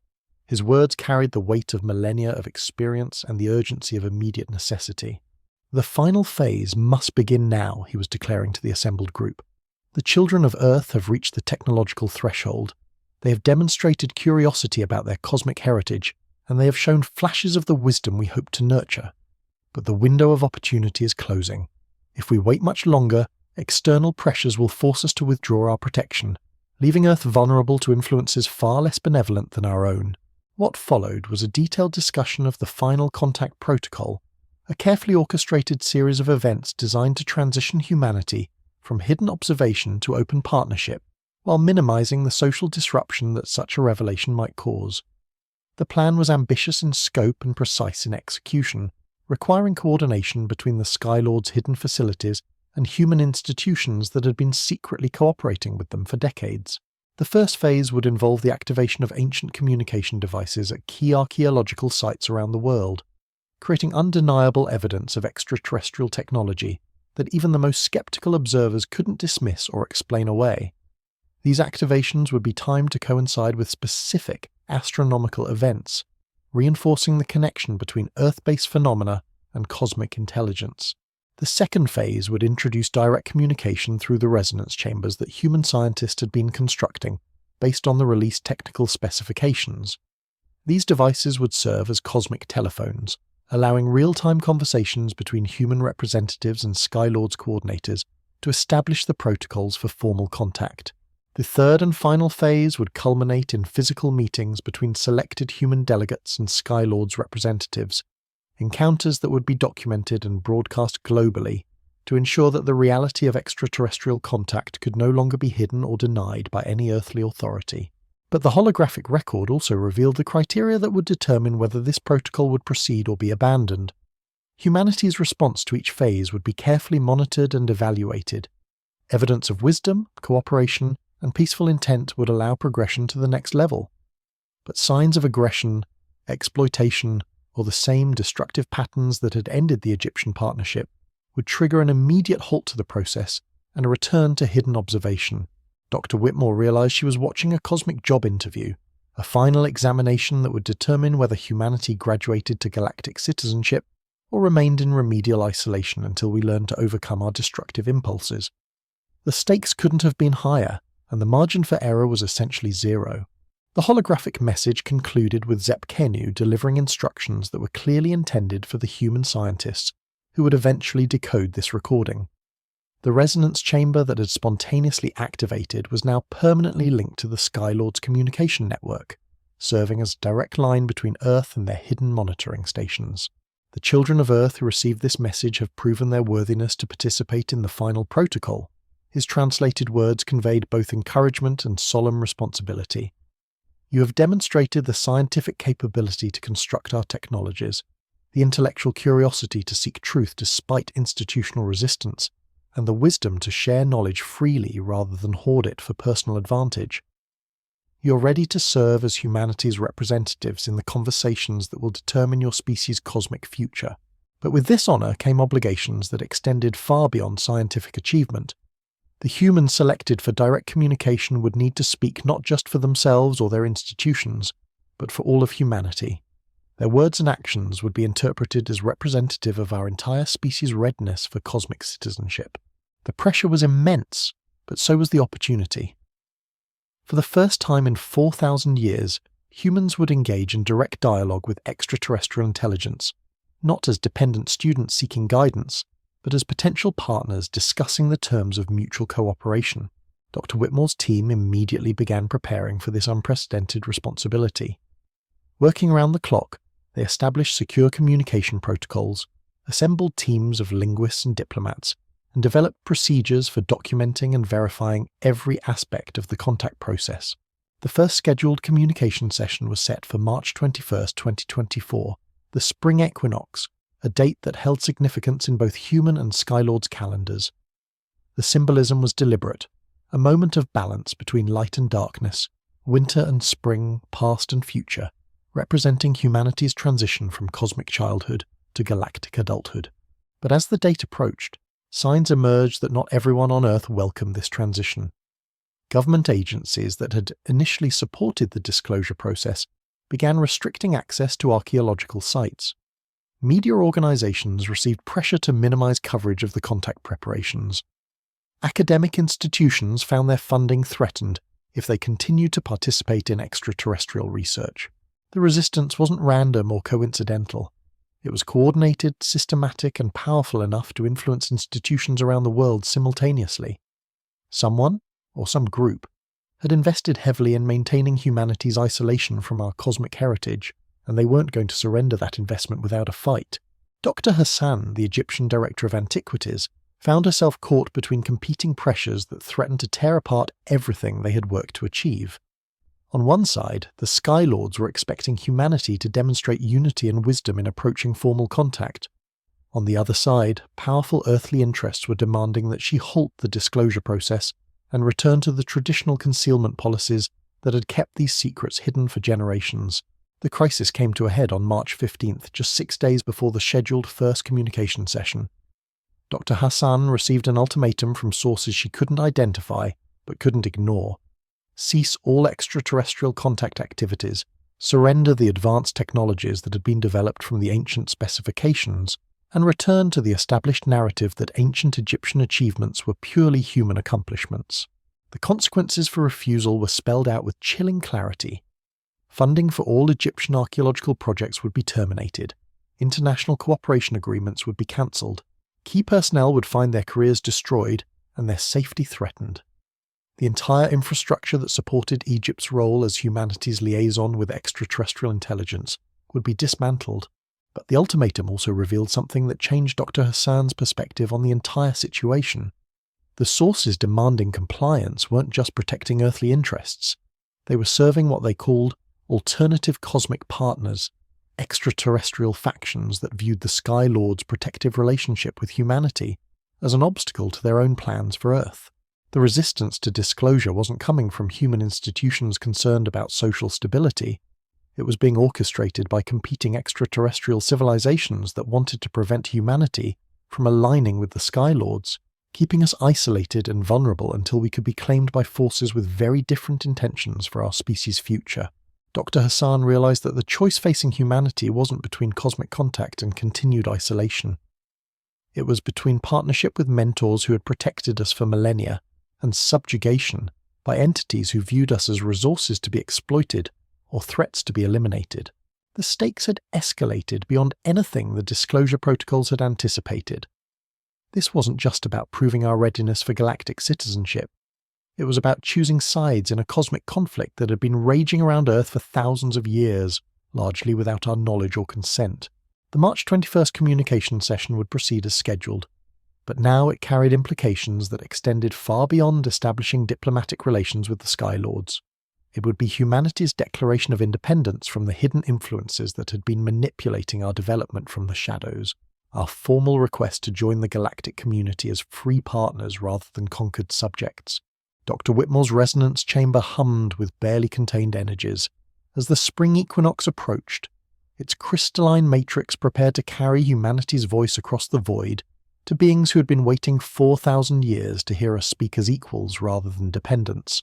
The ancient Egyptians had documented the beginning of our relationship with extraterrestrial intelligence. We were about to write the next chapter, with the freedom of our entire species hanging in the balance of conversations that would echo through the cosmos for millennia to come. The secret logs had revealed our cosmic heritage. Now we would discover whether that heritage included a future among the stars or a fate far darker than any pharaoh's tomb. The final hours before the scheduled communication session brought revelations that would reshape humanity's understanding of our place in a universe far more complex and dangerous than we had ever imagined. But they also brought hope that our ancient mentors possessed both the wisdom and the power to guide us through the challenges that lay ahead. The conversation that was about to begin would determine whether the next chapter of human history would be written in the light of distant stars or in the darkness of cosmic servitude. And everything depended on our ability to prove that the children of Earth had finally learned the lessons that had taken us 4,000 years to understand. The countdown to first contact had begun, and with it a revelation that would make the ancient Egyptian archives seem like mere fragments of a much larger cosmic tapestry. As Dr. Whitmore's team made final preparations for the March 21st communication session, encrypted messages began arriving at archaeological sites across 6 continents, all bearing the same impossible signature. Transmission origins that traced back to coordinates in deep space that shouldn't have been accessible to any known technology. These weren't random communications. They were responses to the disclosure process, acknowledgements from civilizations that had been monitoring Earth's awakening with interests ranging from benevolent curiosity to predatory anticipation. The Skylords, it seemed, weren't the only ones who'd been waiting for humanity to reach the threshold of cosmic awareness. Dr. Chen's quantum communication arrays intercepted fragments of these interstellar transmissions, revealing conversations that painted a picture of Earth as the center of a diplomatic crisis that had been brewing for millennia. The Skylords' protective stance toward humanity had apparently created tensions within what could only be described as a galactic community, with various factions debating our species' ultimate fate. One intercepted message, originating from a star system the ancient texts called the Realm of the Copper Suns, expressed frustration with the Skylords' excessive patience toward what they termed the primitive inhabitants of the water world. Another transmission, traced to coordinates near the constellation Draco, discussed resource extraction protocols and population management strategies with a clinical detachment that made Dr. Chen's blood run cold. But perhaps most disturbing was a communication stream that appeared to originate from within our own solar system, suggesting that Earth wasn't just being observed from distant star systems. Multiple extraterrestrial civilizations had established concealed outposts on planets, moons and asteroids throughout our cosmic neighborhood, turning our entire solar system into a kind of interstellar embassy district, where different alien factions maintain their own territories while negotiating our planet's future. The implications were staggering. Humanity hadn't been developing in isolation, gradually discovering our place in an empty universe. We had been the subject of constant observation and debate among advanced civilizations that viewed Earth as prime real estate in a cosmic economy we didn't even know existed. Dr. Hassan, reviewing these intercepted communications in her Cairo office, felt the weight of representing not just Egypt, or even all of humanity, but a species whose very survival depended on the outcome of negotiations we were only beginning to understand. The March 21st communication session wasn't just about establishing contact with the Sky Lords. It was about publicly declaring our allegiance in a conflict that had been raging above our heads for thousands of years. But as the spring equinox approached, signs emerged that the Sky Lords weren't planning to conduct these crucial conversations from the safety of their hidden monitoring stations. Seismic sensors around the Giza plateau began detecting massive movement deep underground, as if enormous structures were shifting position after millennia of dormancy. Electromagnetic readings spiked to levels that interfered with sensitive equipment for hundreds of miles around the pyramid complex. Most remarkably, the Great Pyramid itself began exhibiting behaviors that defied every principle of structural engineering. The massive limestone blocks that had remained motionless for over 4,000 years started generating subtle vibrations, harmonic frequencies that resonated through the bedrock and created standing wave patterns in the surrounding atmosphere. Dr. Whitmore's monitoring equipment registered these changes with a mixture of scientific fascination and existential terror. The pyramid wasn't just an ancient monument anymore, it was becoming active, transforming from a historical artifact into a functional piece of technology that operated on principles humanity was only beginning to comprehend. The activation sequence reached its crescendo on the morning of March 21st, as the sun achieved perfect balance between day and night. At exactly 6:33 a.m. local time, the King's Chamber began generating a coherent light field that was visible to observers both inside and outside the pyramid structure.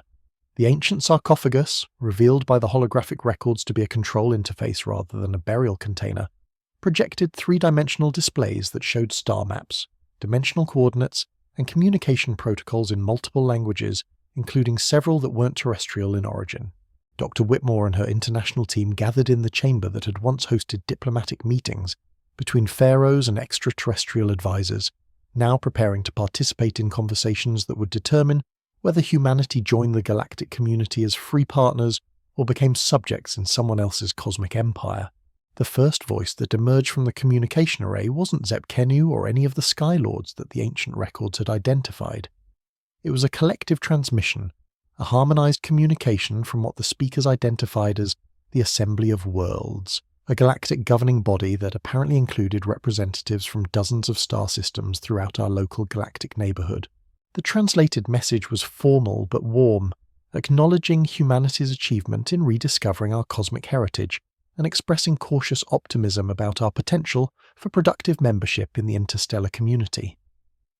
But it also carried warnings about the challenges that lay ahead, obstacles that would test our species' wisdom and unity in ways that no earthly crisis had ever demanded.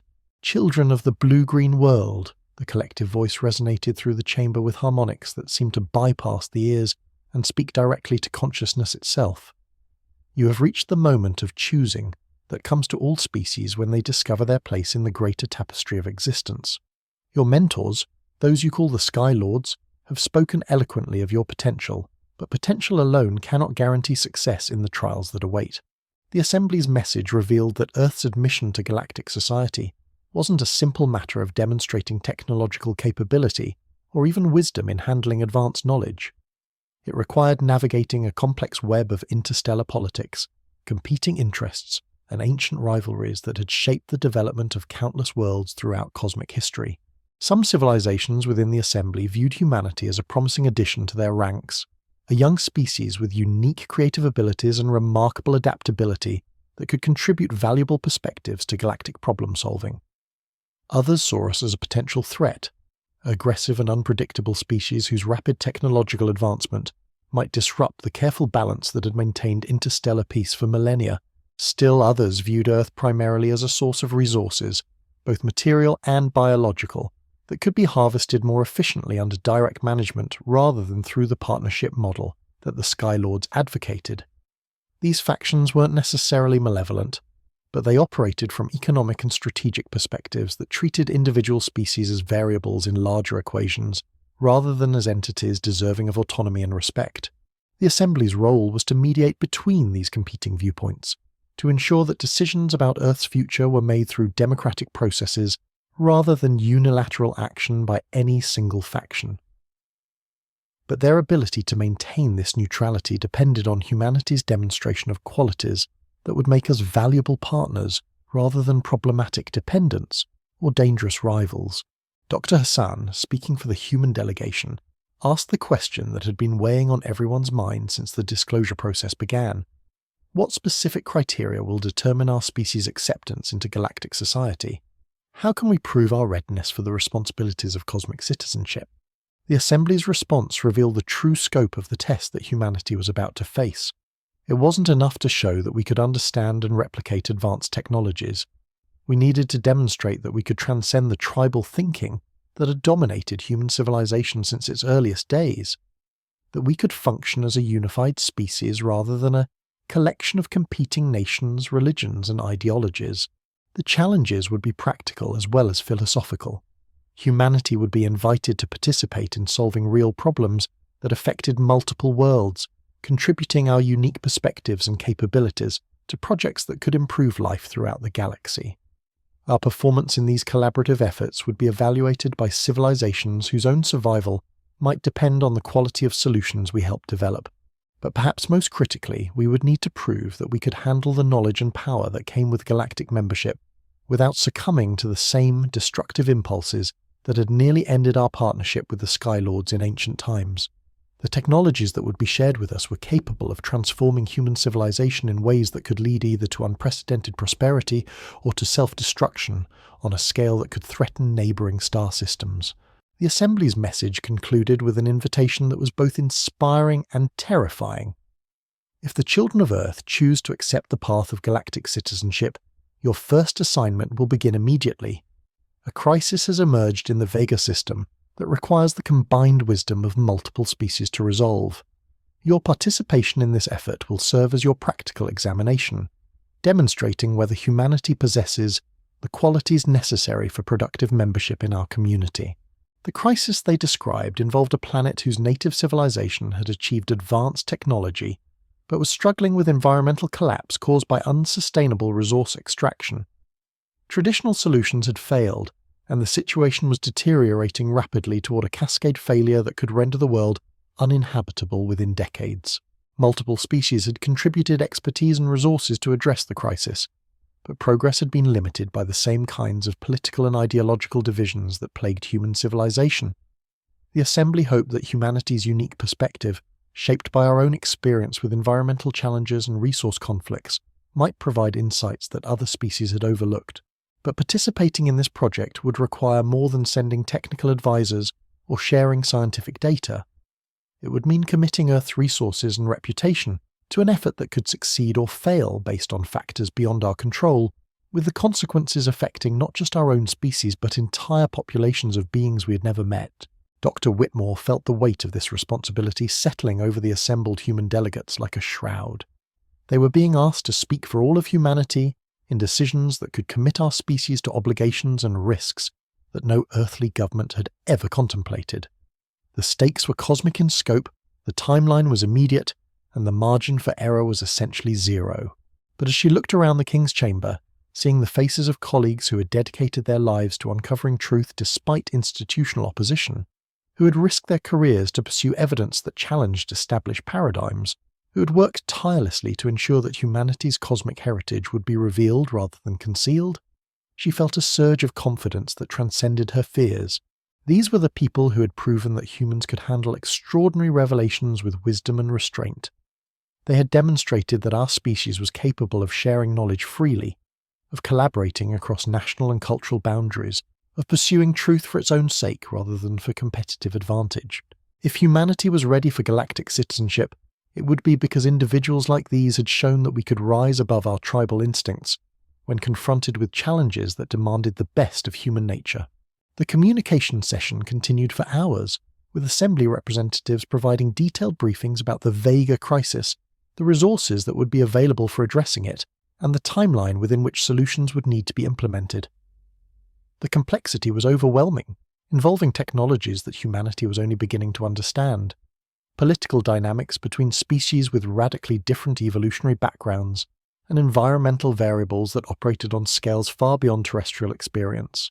But gradually patterns emerged that seemed familiar to the human delegates. The underlying problems weren't fundamentally different from challenges that Earth had faced throughout its history: resource scarcity, population pressure, environmental degradation, and the difficulty of coordinating responses across diverse political entities with competing interests. The difference was one of scale and consequence rather than fundamental nature. The solutions that had worked on Earth, when properly adapted and expanded, might indeed prove applicable to civilizations facing similar challenges on distant worlds. Dr. Hassan found herself growing more confident as the briefing progressed, realizing that humanity's tumultuous history might actually be an asset rather than a liability in galactic problem-solving. Our species had survived and overcome crises that had destroyed other civilizations precisely because we had learned to adapt, to innovate, to find new approaches when traditional methods failed. The Assembly seemed to recognize this potential as well. Their questions focused not on humanity's technological capabilities, which they clearly considered adequate for the task at hand, but on our ability to work collaboratively with species whose perspectives and priorities might be radically different from our own.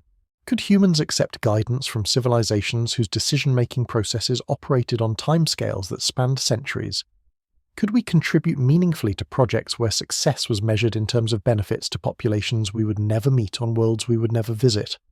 Could we maintain commitment to solutions that might require generations to implement fully? These were questions that went to the heart of what it meant to be a galactic citizen, rather than merely an inhabitant of a single world. They required thinking beyond the immediate needs of human civilization, beyond the competitive dynamics that had driven much of our historical development, beyond the anthropocentric perspective that placed human interests above all other considerations. The answers came not from formal diplomatic responses, but from the lived experience of the individuals who had brought humanity to this moment. Dr. Whitmore described her team's willingness to share their resonance chamber technology freely, rather than patenting it for commercial advantage. Dr. Chen talked about the international collaboration that had made the signal decoding project possible, with researchers from dozens of countries contributing expertise without regard for national recognition. Dr. Hassan spoke about Egypt's decision to make the hidden archives available to all humanity, rather than claiming them as national treasures, even though doing so had required overcoming political pressures and institutional resistance that had persisted for generations. These weren't abstract commitments to galactic citizenship, they were concrete demonstrations that humans could indeed transcend tribal thinking when confronted with opportunities to serve the greater good. The Assembly's response was immediate and decisive. Humanity would be accepted as provisional members of galactic society, with full membership dependent on our performance in addressing the Vega crisis. The Sky Lords would serve as our mentors and advocates during this probationary period, helping us navigate the complexities of interstellar cooperation while ensuring that we understood the responsibilities that came with cosmic citizenship. But the Assembly also delivered a warning that tempered the celebration of this historic achievement. Not all extraterrestrial civilizations supported humanity's inclusion in galactic society.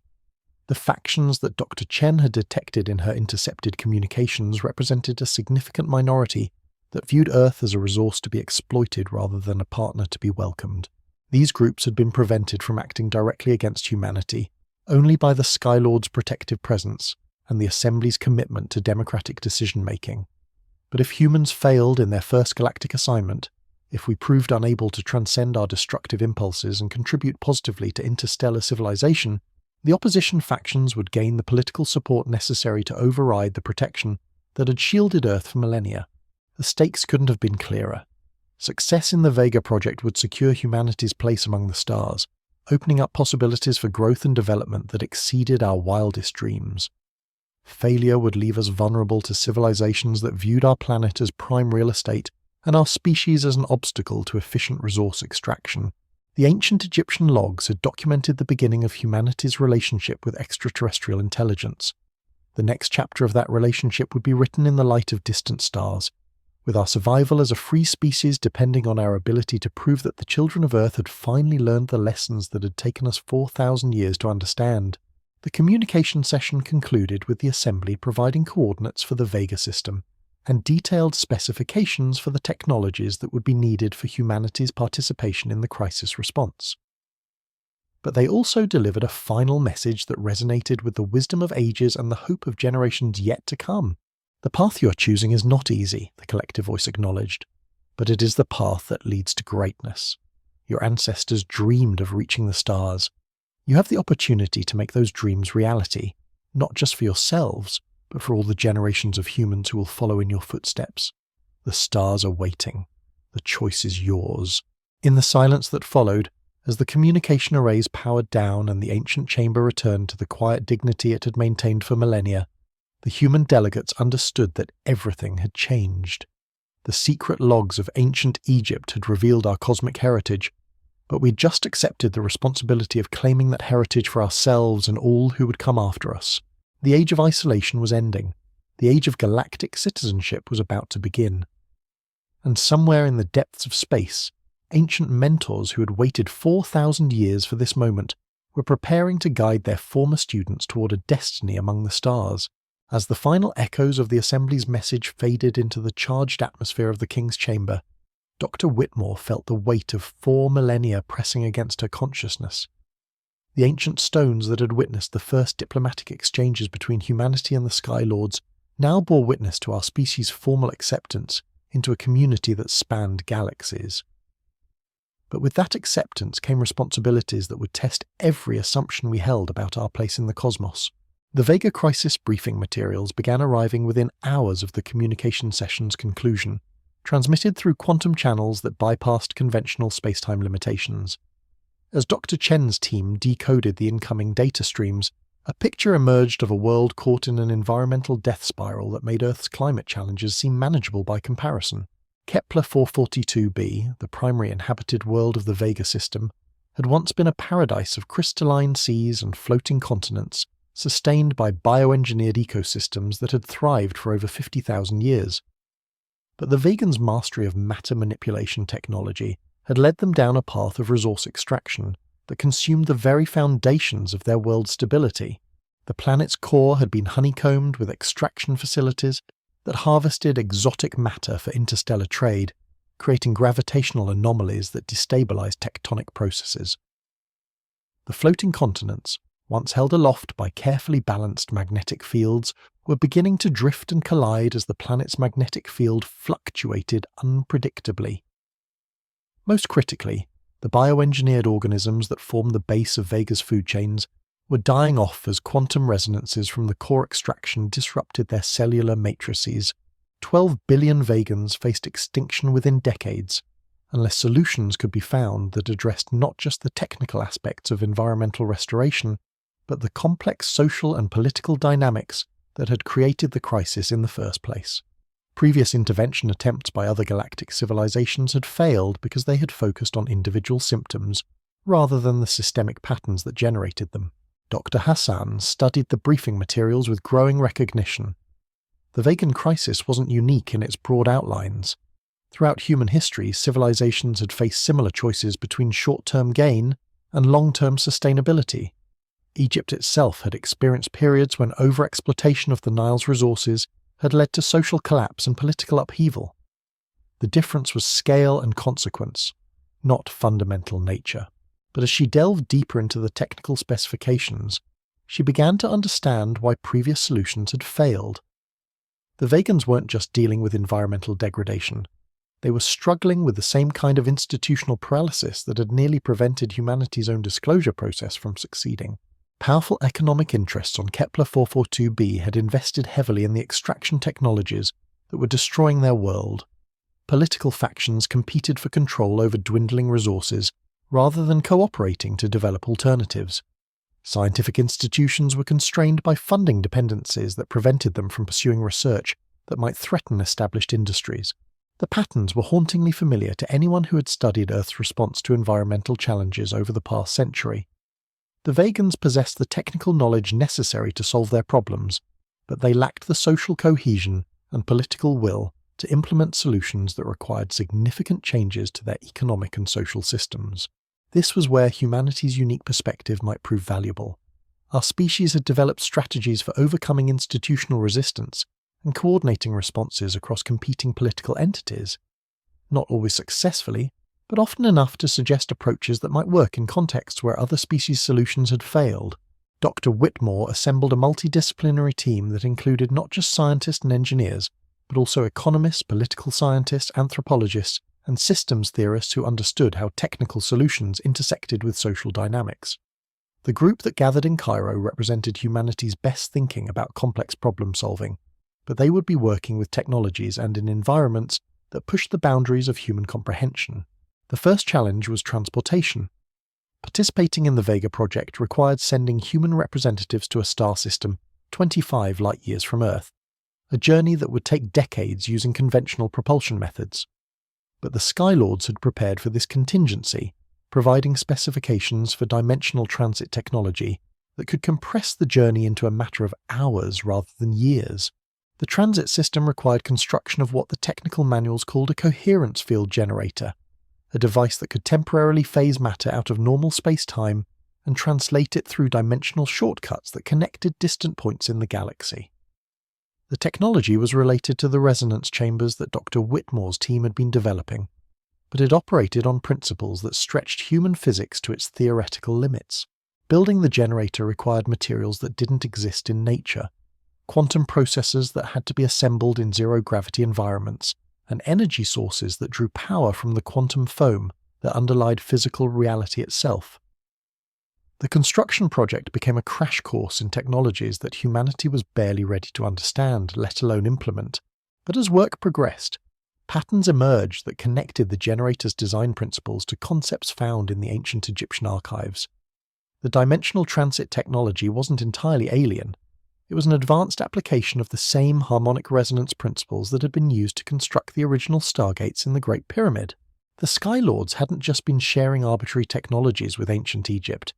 They had been teaching fundamental principles that could be scaled and adapted as human understanding advanced. The knowledge preserved in the sealed chambers wasn't just historical documentation. It was a curriculum designed to prepare humanity for exactly the kind of challenges we now faced. Dr. Vasquez's grandson, reviewing his grandmother's hidden translations in light of the current project, found references to the great works that span the void between worlds and the harmony that binds distant shores of the cosmic ocean. The ancient texts had been describing interstellar transportation systems, encoded in language that wouldn't trigger the kind of institutional resistance that had forced the concealment of more obvious technological references. As the coherence field generator neared completion, other aspects of the Vega mission began falling into place. The assembly had provided detailed cultural briefings about vegan society, helping the human delegation understand social customs and communication protocols that would be essential for effective collaboration. The Vegans, it turned out, were a highly intellectual species that made decisions through consensus-building processes that could span years or even decades. Their political system was based on what they called temporal democracy, where the long-term consequences of decisions were weighted more heavily than immediate benefits. This approach had served them well for millennia, allowing them to maintain stable societies and sustainable relationships with their environment. But it had also made them vulnerable to the kind of rapid environmental changes that their resource extraction activities had triggered. Their decision-making processes were too slow to respond effectively to crises that developed faster than their institutional timelines could accommodate. Human decision-making, by contrast, was often criticized for being too focused on short-term gains and immediate results. But this same characteristic made our species highly adaptable to rapidly changing circumstances. We had developed strategies for making quick decisions based on incomplete information, for implementing solutions that could be modified as new data became available, for maintaining flexibility in the face of uncertainty. The vegan crisis required a combination of both approaches. The long-term perspective that had characterized vegan civilization, coupled with the adaptive responsiveness that had allowed humanity to survive and prosper despite our species' tumultuous history. Dr. Hassan began developing what she called hybrid governance protocols, decision-making frameworks that could bridge the gap between vegan temporal democracy and human crisis management techniques. The protocols drew on diplomatic traditions from both species, creating communication channels that could function despite radically different approaches to time, risk, and consensus building. But as the departure date for the Vega mission approached, signals emerged that not everyone on Earth supported humanity's participation in galactic affairs. The same resistance networks that had attempted to suppress the disclosure process were now working to sabotage the Dimensional Transit project, viewing it as a threat to power structures that depended on humanity's isolation from cosmic influences. Government agencies that had initially supported the project began withdrawing funding and imposing security restrictions that hampered research efforts. Media organizations launched campaigns questioning the wisdom of abandoning Earth for alien adventures and warning about the risks of exposing humanity to dangerous extraterrestrial influences. Most seriously, the construction site for the coherence field generator experienced a series of accidents that destroyed critical components and delayed completion by weeks. The incidents were too numerous and too precisely targeted to be coincidental, suggesting a coordinated effort to prevent humanity from taking its place among galactic civilizations. Dr. Whitmore found herself working under constant security threats, with armed guards protecting the construction site and encrypted communications replacing normal research protocols. The atmosphere of fear and suspicion was exactly what the resistance networks hoped to create, conditions that would justify their claims that extraterrestrial contact was too dangerous to pursue. But the threats also revealed the desperation of those who opposed humanity's cosmic awakening. The old systems of control and concealment were failing, as evidence of our extraterrestrial heritage became too widespread to suppress. The resistance wasn't fighting to protect humanity from alien influences. They were fighting to maintain their own power in a world where those influences could no longer be hidden or controlled. Dr. Chen's continued monitoring of interstellar communications provided crucial intelligence about the broader context of this resistance. The intercepted messages revealed that the opposition wasn't limited to Earth-based interests. Extraterrestrial factions that viewed humanity as a resource rather than a partner were actively supporting the resistance networks, providing them with advanced surveillance technologies and strategic guidance designed to maximize the disruption of the Vega mission. These alien opponents weren't necessarily hostile in the conventional sense. They operated from economic and strategic perspectives that treated species as variables in larger equations rather than as entities deserving of autonomy and respect. From their viewpoint, Earth's integration into galactic society represented a lost opportunity for more efficient resource extraction and population management. The Skylords had been protecting humanity from these influences for millennia, but their ability to maintain that protection depended on our successful integration into the Assembly's democratic frameworks. If the Vega mission failed, if humanity proved unable to function as productive galactic citizens, the opposition factions would gain the political support necessary to override the protective agreements that had shielded Earth since ancient times. The stakes were becoming clearer with each passing day. This wasn't just about solving environmental problems on a distant world. It was about proving that humanity deserved a place among the stars rather than subjugation by forces that viewed our planet as a prize to be claimed. The coherence field generator was finally completed on April 15, 2024. Despite the sabotage attempts and institutional resistance that had plagued the project from its inception. The device hummed with barely contained energies that created distortions in local space-time, effects that were visible to the naked eye as shimmering aurora-like phenomena that danced around the generator's crystalline core. Dr. Whitmore's team conducted final systems checks while delegation members from 12 countries prepared for humanity's first interstellar diplomatic mission. The group included not just scientists and engineers, but also representatives from fields that would be crucial for understanding and addressing the complex social dynamics that had created the Vegan crisis. Dr. Maria Santos, a systems ecologist from Brazil who had spent decades studying the collapse and recovery of damaged ecosystems, would provide insights into biological restoration techniques that might be applicable to vegan environmental challenges. Dr. James Okafor, a conflict resolution specialist from Nigeria, brought expertise in mediating disputes between groups with fundamentally different cultural perspectives and decision-making processes. Dr. Liu Wei, an economist from China who had studied the relationship between resource extraction and social stability, could offer frameworks for understanding how economic incentives had driven the destructive policies that were threatening vegan civilization. Dr. Sarah Running Bear, an indigenous rights advocate from North America, carried knowledge of sustainable resource management practices that had allowed human communities to thrive for thousands of years without destroying their environmental foundations. Together, they represented humanity's accumulated wisdom about surviving and prospering in the face of environmental and social challenges that could destroy civilizations if not properly managed. But they would be applying this knowledge in contexts that stretched far beyond terrestrial experience, working with beings whose evolutionary backgrounds and cultural assumptions differed radically from anything in human history. The final communication session before departure brought a message from Zepkenu that carried both encouragement and solemn warning.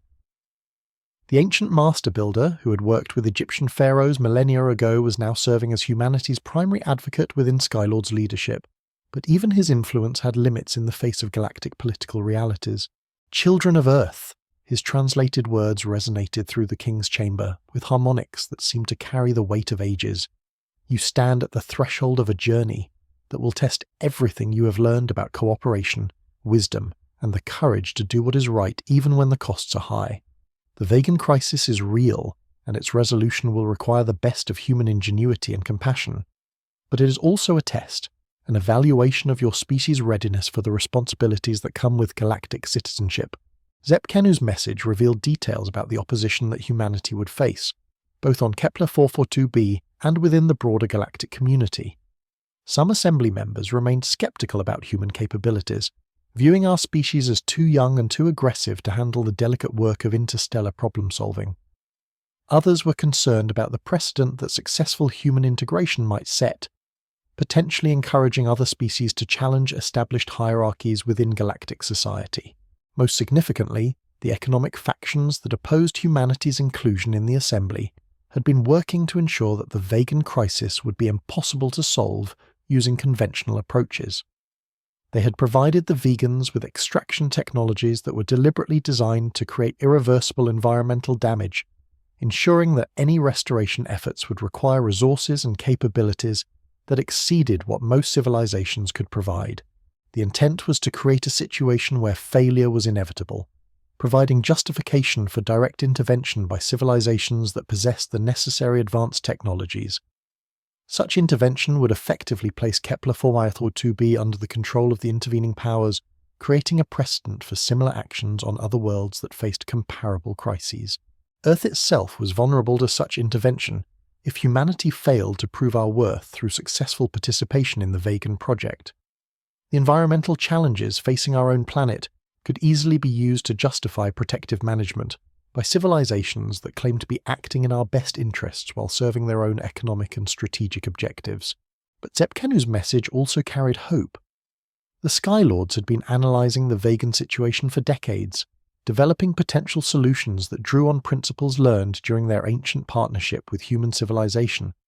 They believed that humanity's unique combination of adaptability, creativity, and hard-won wisdom about overcoming institutional resistance could provide the key to approaches that other species had overlooked. The dimensional transit to Vega would take place on April 22nd, Earth Day, a symbolic choice that emphasized the connection between solving environmental problems on distant worlds and protecting the health of our own planet. The human delegation would travel through dimensional shortcuts that compressed the 25 light-year journey into a passage lasting just under 6 hours, emerging in orbit around Kepler 442b, with full diplomatic credentials and unlimited access to vegan research facilities and governmental institutions. But they would also be operating under constant observation by assembly representatives who would be evaluating every aspect of human performance, from technical competence to cultural sensitivity, to the ability to work collaboratively with species whose perspectives differed radically from terrestrial norms. The night before departure, as the delegation made final preparations in the shadow of the Great Pyramid, Dr. Hassan stood in the king's chamber where the journey had begun, with the discovery of ancient logs that documented humanity's first contact with extraterrestrial intelligence. The chamber's walls, covered with hieroglyphs that had once seemed like religious mythology, now revealed themselves as technical manuals and diplomatic correspondence from a partnership that had shaped the course of human civilization. The secret logs had preserved the memory of that ancient relationship through 4,000 years of concealment and suppression, waiting for the moment when humanity would be ready to reclaim its cosmic heritage. That moment had arrived, but it brought with it responsibilities that would test everything our species had learned about cooperation, wisdom, and the courage to do what was right even when the costs were high. Tomorrow, humans would travel to the stars not as conquerors or supplicants, but as partners in a galactic community that spanned thousands of worlds and millions of species. The ancient Egyptians had documented the beginning of this relationship. We were about to write its continuation, with the survival of civilizations hanging in the balance of our ability to prove that the children of Earth had finally learned the lessons that had taken us 4,000 years to understand. The secret logs of ancient Egypt had revealed our cosmic past. The Vega mission would determine our galactic future. And in the silence of the pyramid chamber where it all began, the weight of that responsibility settled over humanity like a shroud, woven from starlight and the dreams of pharaohs who had dared to reach beyond the sky. The stars were waiting. The choice had been made, and tomorrow the real test would begin.